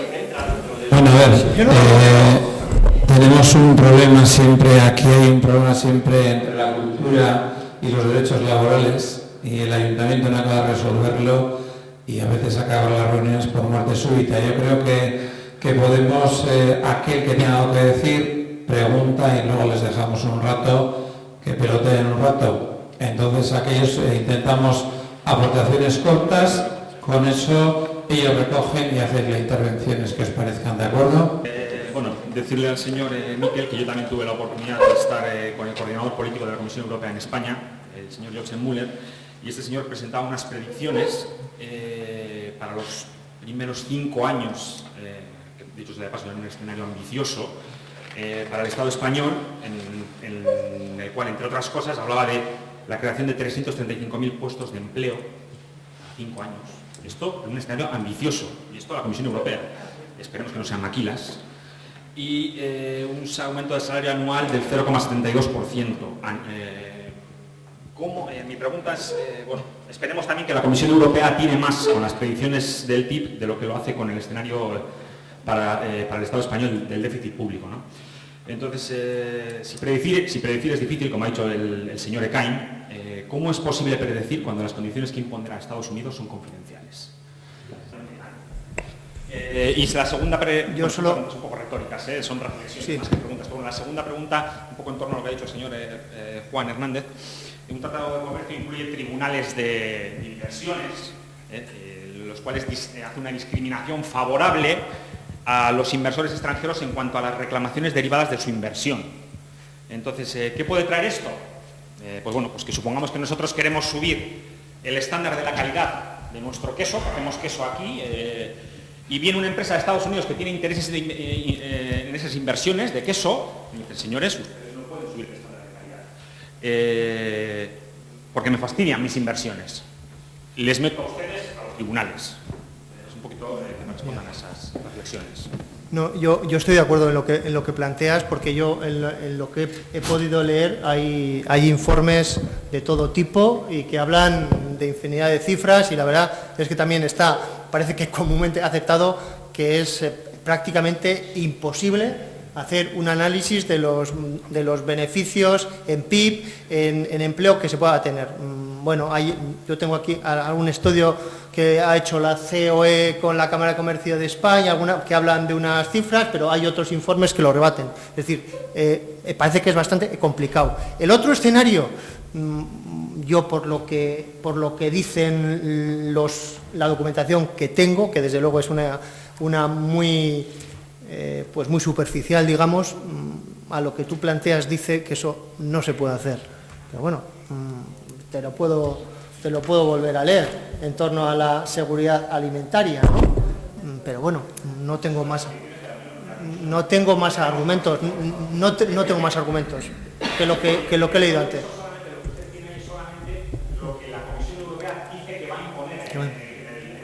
Sí. ¿Cuáles van a ser las cosas en Estados Unidos? Está claro. Ahí está. No, efectivamente ahí en eso tienes razón, en el hecho de que sabemos la parte de Europa, bien, evidente. Luego, efectivamente, en un proceso de negociación, la otra parte pondrá encima de la mesa cuáles son sus contrapartidas, y ahí habrá que intentar llegar a una entente. Yo lo vuelvo a decir, si esa entente es en base a sacrificar alguno de los estándares que he mencionado antes, creo que no vale la pena. Si no se sacrifica ninguno de esos estándares, creo que puede ser interesante. Y más claro, agua. Vamos a escuchar un poco las preguntas de todos, porque si no podríamos alargarnos demasiado. Entonces, pasemos una ronda con todas las preguntas y cosas con lo que os queréis respondéis. ¿Vale? Se están hablando aquí mucho de cifras económicas, de tratados, de esto. Si llevamos durante toda la historia, ya sabemos lo que han hecho los americanos. Los americanos, cuando se meten en algún país, es para sacar rentabilidad y explotar al pueblo. Llevamos en Sudamérica lo que han hecho durante toda su vida. Cuando entran los norteamericanos aquí, en el tratado con Europa, nos van a hacer lo mismo, nos van a explotar. Luego estaba usted diciendo de Uruguay. El Uruguay es un... No. Ha dicho que hay las empresas vascas miran más a Estados Unidos que a Uruguay. Uruguay es un país, le dejaron sin un duro, es un país de los más democráticos que hay. Lo que pasa es que ponen unas condiciones, las condiciones que ponen es la rentabilidad tiene que ser para la empresa tanto por ciento y para el Estado tanto por ciento. Eso no les interesa a los empresarios. Sí, aquí tenemos, con las multinacionales, tenemos un ejemplo muy claro. Si empezamos desde Musquis, Ortoya, Baracaldo, Trápaga, el otro y el otro, todos los pueblos, están todos los pueblos muertos. Las grandes empresas y las grandes multinacionales pueden con el pueblo. Entonces, los tratados que ustedes están diciendo, que los tratados que ustedes están planteando, que nos dicen que nos van a llegar a unos acuerdos, yo creo que nos van a engañar. Y vamos a salir perjudicados el pueblo de base, que es el ciudadano. Porque van a salir enriquecidos los 4 de arriba, los de siempre, y pringando los de abajo. Yo con respecto a lo que estáis diciendo, creo que hay que ver una cosa, es lo que en el momento que estamos ahora, pero esto iba unos 9 años o 10, que yo sepa, así en plan de aplicarse. A ver, hace años aquí tenemos la experiencia a nivel de salud, cuando hemos hablado de transgénicos y demás. Hace unos años, de hecho, se hicieron movilizaciones en centros comerciales, se podía retirar transgénicos porque figuraba que comíamos transgénicos. Ahora ya no figura, o sea, vulnerabilidad total, y eso en España se ha conseguido, ya no tiene por qué aparecer, de hecho está, o sea, y como eso, me imagino que todas las esferas ha ido ya preparando el camino. Entonces, a principio de oíros, pues me estaba posicionando por el hacer el referéndum del idioma, yo creo que pasando. A ver, pasando en el sentido que está ya, sí, pasando en el buen sentido, O sea, se está aplicando ya, se nos está colando ya, entonces ya ni hay lugar en este tema ni que hagan esto. Lo primero porque habrá una campaña del copón, con la crisis de los trabajos que va a crear y bueno, por supuesto saldría el TTIP y el TTIP y como lo queráis llamar. Entonces, a lo que vamos, con coger hoy la noticia de hoy, que estamos los terceros en mortalidad por cáncer a nivel europeo. Señores, eso es por lo que comemos y no lo que vamos a comer. Entonces, como ya tenemos suficientes cosas como para ponernos ya en contra, o sea, de todo, pues igual es el día a día, informar, por ejemplo, ahora a nivel de los pueblos, pues, qué significaría esto un poco más, pero las cifras están ya, o sea, no me vengáis ni con diagnósticos ni con lo que va a pasar, o sea, estamos ya. En Francia, y diréis, no es una pregunta, vale, pues una mala leche, que yo creo que podemos coincidir muchos, la esperanza de vida en Francia ya está por debajo, y aquí, hace unos cuantos años, epidemiológicamente, se sabe. Lo que pasa es que ya ni se va a salir, o sea, vamos, a que seamos honrados, y de que realmente la cosa está muy fuerte como para que nos despisten con estas cosas. Entonces, a través de esto yo, concretamente, quiero instar aquí al Ayuntamiento que dé una información en concreto, ya que estamos con ese tema, sencillito, de lo que supone, además de lo que estamos viviendo ya, lo que supondría pros y contras, porque para eso venimos aquí, para oír todo de esto y que la gente, también que os preocupáis por nosotros, pues decidamos, ¿no? Pero a nivel de pueblo hacer una cosa concreta, un compromiso práctico. Bueno, primero concejal. A ver, a mí sí es una pregunta, la voy a leer para ser más rápido, aunque casi me la pisa Óscar. La semana pasada todos los partidos con representación en las juntas generales hicieron una declaración institucional que da respaldada en el ayuntamiento, en el evento de Ortuella por unanimidad en pleno. Ante el anuncio del cierre de la acería compacta de Vizcaya, ACB, actualmente perteneciente a ArcelorMittal, un grupo empresarial perteneciente a un empresario indio y que tiene sede en un paraíso fiscal. En resumen, la declaración reivindica los derechos laborales y sociales, solicita medidas antidumping que frenen la competencia desleal de algunas economías y reclama una revisión del precio de la energía. Algunas de las formaciones políticas que apoyaron esta declaración institucional están defendiendo, con su respaldo al TTIP, la creación de un mecanismo de arbitraje que deja a merced de las multinacionales y sus intereses todo lo que se les solicitaba en esta. ¿No es una incongruencia? Sí, lo sería. Lo sería, pero... Vamos a esperar, que si no... No has oído nada de lo que he dicho. Me caen. O sea, te he dicho que ya no está en tribuna... Vamos a escuchar luego a la gente y luego a ver nosotros. A ver, yo, sin micro, yo te he escuchado perfectamente, amigo Ecach. Dos cosas para desmontar un poco toda esta historia. Una empresa semivasca, el BBVA, en la que yo participo, entró en México después de un acuerdo que hubo general sobre medios de servicios que a los proveedores financieros tenían barra libre, entró en México, pagó mordidas, cogió el Bancomer, supuso el Bancomer para el contribuyente mexicano 700.000 millones de euros. El contribuyente mexicano ha recibido 2.500 millones. Te lo digo yo porque he pertenecido a una organización que se llama Somo, que es holandesa, y hemos estado trabajando toda la maniobra de esta empresa semivasca, que es el BBVA. Con ese tipo de portaaviones en México, no me extraña que las empresas vascas estén locas por invertir allí. ¿Vale? Eso por una parte. Por otra parte, al chico este. Las declaraciones de principio, algunas no son vinculantes, las declaraciones políticas. Te voy a poner un ejemplo. Los principios de Ecuador obligan a los sectores financieros a una serie de cuestiones. El BBVA está montando una empresa en el Kurdistán en contra de toda lógica. Cuando planteamos al BBVA, que yo me muevo ahí, a ver cuál es, que hay una contradicción entre los principios de Ecuador y la construcción de la empresa, nos dice que esos principios no son vinculantes. Me explico, hay que relativizar, que es lo que te decía Juan. Y decirte, una cosa es el papel y otra cosa quién lleva el poder aquí. Desde que empezó el GATT con el tema de los aranceles, te lo digo porque yo he vivido ese tema en el extranjero, hasta coincidir con Juan en el Tribunal Permanente de los Pueblos, lo que ha pasado es simplemente de que si inicialmente el tema de los aranceles en La Habana en el 47 se preocupó mucho políticamente de intentar dar autonomía a los gobiernos y que no les pasara por encima a las multinacionales que empezaban en aquel momento, los lobbies que allí no tenían mucha fuerza ahora tienen toda la fuerza del mundo. Te voy a poner un ejemplo. En el acuerdo general que te estoy hablando, en el que estuvimos trabajando a nivel internacional, en la ronda de Uruguay, que fue de 86 al 94, zanjó el tema. Todos los proveedores financieros, todos los bancos podían entrar libremente en cualquier sitio. 360% entraron a América Latina, el 60% en Europa Oriental y el 50% en China. Esos son estudios, están hechos. Eso lo puedes leer, como has leído eso. ¿Qué es lo que ha supuesto eso? Pues pobreza.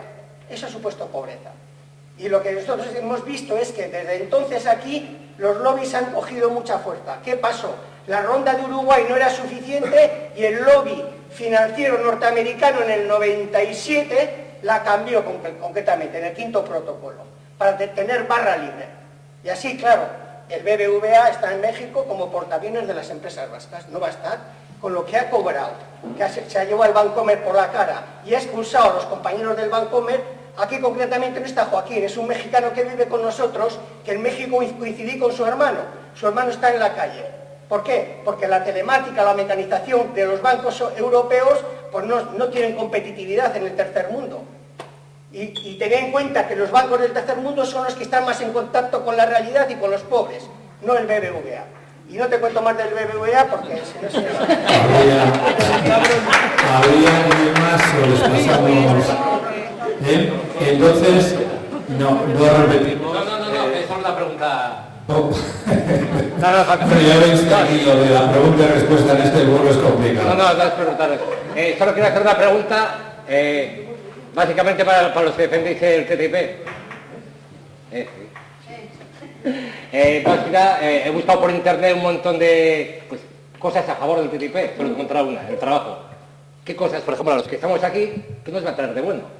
Pero el trabajo ya no me vale porque ya se verá. ¿Qué más cosas puede haber que os traigan algo bueno? Convencerme, ¿qué me trae de bueno?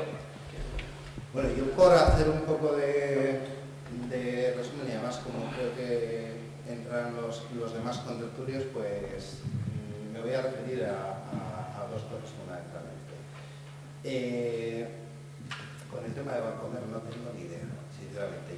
de esa situación, o sea, te lo tengo que reconocer, mentiría, no tengo ni idea.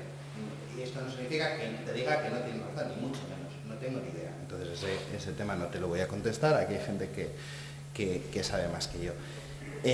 Yo sí le quería contestar al compañero corporativo de Ortuella, porque sí me parece importante y fundamentalmente por la representación política que ostentas. Efectivamente que sería contradictorio. Sí, sería contradictorio. Pero es importante que intentes trasladar lo que verdaderamente has podido escuchar aquí, que no leas una pregunta que traías ya escrita, sino yo ya te he dicho que la tesis que defiendo es que esta resolución, en un punto muy concreto, que además lo he puesto ahí, elimina ese sistema de arbitraje. Si no lo eliminaría, evidentemente sería muy contradictorio, muy, muy contradictorio. Pero lo otro es hacer un poco de demagogia. Yo también podría hacer hoy demagogia. Con el tema del TISA, hoy en el Parlamento Europeo solamente ha habido dos grupos que han votado en contra. Podemos y Marine Le Pen. Que cada uno saque sus conclusiones. Y eso es demagogia. Y yo te lo reconozco, eso es demagogia, pero es contestación a otra demagogia. Y luego con el tema que comentabas, a ver, es que hay una parte básica y yo he empezado lo primero que he dicho creo que ha sido eso. Yo no niego algo brutal, que es la opacidad y el secretismo. Además creo que es que lo ponía ahí en un dibujo que habéis visto que ponía Top Secret TTIP, que me lo he currado yo con el Paint. Por eso sé que lo que pone. Evidentemente el movimiento anti-TTIP ha sido brutal. Y además lo he dicho en mi exposición. Es que he dicho que había dudas razonables. Sí lo he comentado.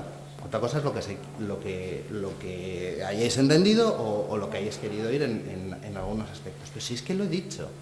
La opacidad con la que la Comisión, y he dicho único culpable de estas consecuencias, la Comisión, por haber hecho ese secretismo, ha asumido todo esto en un bestial mare magnum de que todos los miedos posibles vayan ahí.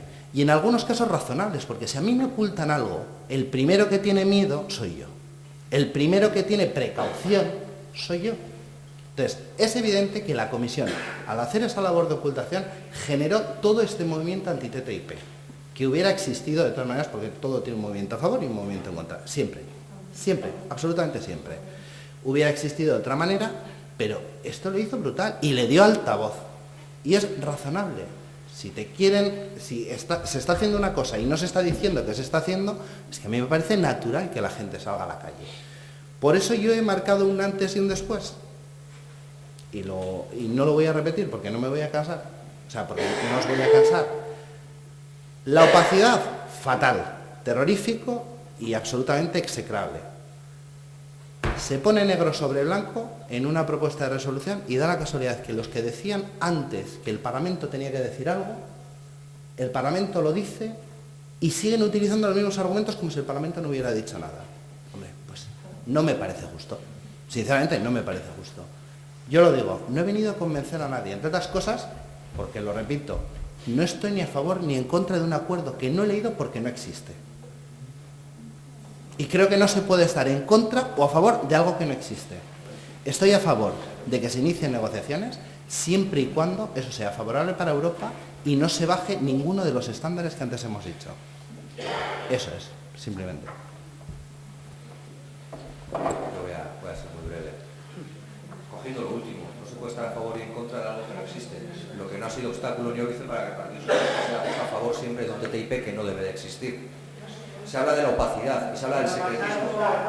Sí, se habla de la opacidad y se habla del secretismo. Y yo me alegro de que esa opacidad y ese secretismo del que ahora todos compartimos que existe, antes era poco menos que considerado una cortina de humo de los antis, de los que somos antis por sistema, y sin embargo esa opacidad y ese secretismo no invalida el voto a favor que el Partido Socialista Europeo está dando en todas las ocasiones que tiene y en todos los parlamentos en los que tiene oportunidad a favor del TTIP. Joder, si es opaco, si es transparente, si sientes que te están robando información o te la están ocultando, ¿no sería más sensato, no digo ya votar en contra, sino abstenerse? ¿O es que hay una lógica oligárquica detrás, una lógica de concentración de capital detrás que es más poderosa y lo estamos viendo en otros debates a través de los consejos de administración, que la mera de la discusión ideológica, porque hay una certeza, y esa no me la puede discutir nadie viendo lo que ha pasado en todos los lugares del planeta. Lo único que favorecen estos tratados comerciales, porque así ha pasado en otros lugares para con el socio más pequeño, es la concentración de riqueza en pocas manos, la oligarquía y el vaciamiento de las clases populares de su poder adquisitivo. Esa es la consecuencia que llevan acarreados todos los TTIP. Jugar con el tiempo, jugar con las dinámicas como queráis, pero sería triste en el 2019 o en el 2017 con Trump o con Hillary Clinton, al final nos digáis que no queda más remedio que votar a un TTIP que ya está encima de la mesa y que es lo tomas o lo dejas. Óscar, ¿me puedes decir un solo, porque has hecho una generalidad y en generalidad está, ¿me puedes decir un solo municipio, un solo parlamento, un solo ámbito institucional? El Parlamento Vasco habéis votado en 2 ocasiones a favor del TTIP. No. El Parlamento Vasco, Susana Corcuera, portavoz del Partido Socialista, en 2 ocasiones. Y Miquel... En el Congreso de los Diputados habéis votado en contra de una moción de Izquierda Unida en la pasada legislatura que pedía posibilitar y habilitar un referéndum para votar el TTIP. Te has equivocado de interlocutor. Miquel Unzalu, en el Parlamento Vasco. Bien, lo que se debatió en el Parlamento Vasco, y por cierto, lo que se debatió en el Parlamento Vasco y lo que apoyó mi partido, por cierto, todos los partidos, menos Euskal Herria Bildu, todos, menos Euskal Herria Bildu, sí, fue una serie de limitaciones a lo que tiene que ser la negociación del TTIP.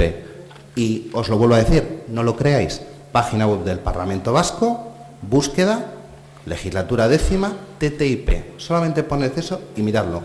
Es lo único que hay que hacer. Y veréis que lo que ha dicho Óscar no es cierto. Y ya está.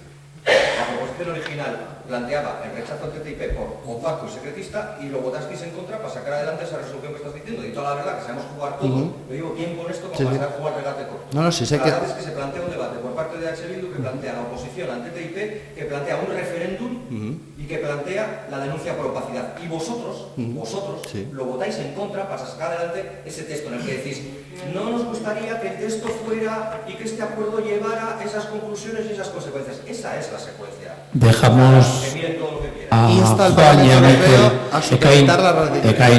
dejamos a Juan y a Miquel que intervengan y con eso acabamos, ¿vale? Venga. Yo simplemente voy a tres o cuatro cosas más técnicas, por volver un poco a la resolución, que yo creo que te agarras mucho a la resolución y me parece bien, me parece importante me parece. Pero fíjate, yo tengo dudas, incluso pegando la resolución, reconóceme que va a haber dudas. Es una línea roja lo que ya se está planteando, te digo porque eso lo han dicho. Que por ejemplo los pollos clorados, ¿sí? Lo han dicho. Sí, me permite ver, bueno, en Estados Unidos hay una fuente, no sé, que dice que en vez de se les elimine el cloro una semana antes de ser vendidos. Es un elemento que se está barajando. ¿Eso mueve o no una línea roja? No quiero una respuesta, simplemente dejo la reflexión. Otra. Si se aprobase el TTIP, si un ayuntamiento está privatizado el agua y lo quiere hacer público, lo puede hacer. En eso tiene razón. Ahora, le cae demanda ante el tribunal arbitral. Y 3, que no hay tribunal en estos momentos, sí, es tribunal arbitral, porque además sabes que Estados Unidos se ha negado en redondo. Por cierto, te voy a decir, eso sí te voy a decir una cosa, es la primera vez. ¿Sí? Sí. Mira que iba a debates, porque ni la comisión dice lo que tú dices de que el tribunal arbitral ha desaparecido. Yo nunca lo he oído. La primera noticia que tengo, incluso con miembros de la comisión que he discutido hace poco. Te pueden decir que han cambiado segunda instancia, la rotación de los jueces, pero decir que ha desaparecido el tribunal arbitral, le cambian de nombre, pero sigue siendo exactamente igual la lógica de que una empresa puede demandar a un Estado. Punto de 15. Sí, bueno, o sea, entonces, no sé, llámales por teléfono a toda la organización de jueces alemanes que ayer han dicho que no, y parece para que se lean ese artículo, porque parece que tampoco todas las asociaciones de jueces alemanes se han leído este asunto. Y seguro que encuentro otra jueces que dice que... ahí no entramos. Es que no estoy acostumbrado a las tertulias, pues sí, yo no. O sea, yo me muevo en otro eje, ni mejor ni peor otro. No estoy acostumbrado a que cada cosa que diga me la arrebatas, como llevándome a situaciones que no me apetece. Simplemente te daba reflexiones que estaban ocurriendo con el agua y la privatización, y habría demanda, y además muy grave. Y por último, fíjate, el gobierno español ha sido demandado por la Carta de la Energía. Sí. Está en este momento, no sé si conoces el asunto, una minera de oro en Galicia. No sé si lo conoces.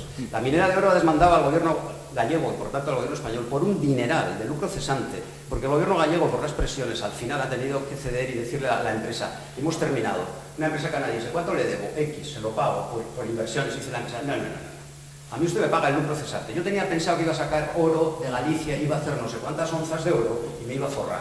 La demanda es altísima.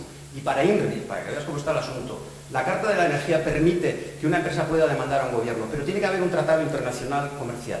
¿Sabes qué ocurre? Que Canadá no lo tiene todavía con España. ¿Sabes lo que ha hecho la empresa? Porque se lo permiten. ¿Sabes qué? Abrir una sucursal en Panamá. Ha utilizado el Tratado de Panamá y en estos momentos la demanda es una demanda pendiente en el CIADI, por lo que te estoy diciendo, por lo que se llama lucro cesante. Fíjate, aun pensando que tu interpretación de la resolución es como tú dices, ¿sí? Como aprueben el CETA, el tribunal arbitral sigue estando encima de la mesa. ¿Por qué? ¿Sabes por qué? Porque con que cambien de domicilio en Canadá, las empresas norteamericanas pueden demandar. O sea que el tribunal de arbitraje es muchísimo más perverso, tan sencillo como dices, porque además te insisto, la resolución y la propia comisaria ha dicho que lo que cambian es la denominación, la elección, pero sigue manteniéndose el mecanismo jurídico de demanda incluso por políticas públicas. Os puedo leer un ejemplo de la seguridad alimentaria que la Comisión está plasmando para que la gente pueda entender a lo que se refiere, porque bueno, dice, está referido a las ostras, ¿no? Las ostras, ¿no? Por cuanto que en la práctica las ostras, al igual que muchos otros productos de la Unión Europea, no pueden exportarse a Estados Unidos. No pueden exportarse a Estados Unidos. ¿Por qué? Porque para garantizar que no tengan bacterias peligrosas, los Estados Unidos someten a ensayo el agua y en Europa se somete a ensayo la ostra. Los científicos confirman que ambos métodos de ensayo son igualmente válidos. Conclusión: con el actual o con lo que se prevé del acuerdo, los horticultores franceses e irlandeses solo tendrían que superar los ensayos de la Unión Europea para acceder al mercado de Estados Unidos. Quiere decir que le dan, es decir, el mercado de Estados Unidos ahora está, en tema alimentario, está mucho más cerrado y se abren muchas posibilidades desde el punto de vista de los que defienden este acuerdo. Yo por acabar o por concluir, parece, desde el punto de vista, por la información que se puede tener, con las correcciones que pudieran existir, pues que el acuerdo abre un mercado gigante.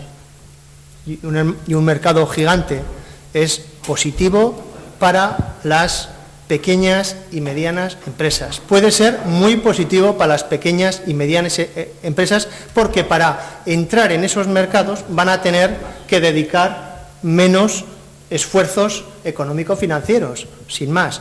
Y Miquel ha tenido la paciencia para intervenir el último. En principio, si es bueno para la empresa, en principio y en teoría debería ser bueno para los trabajadores. Bueno. Bien. Chicos, gracias por venir. El ayuntamiento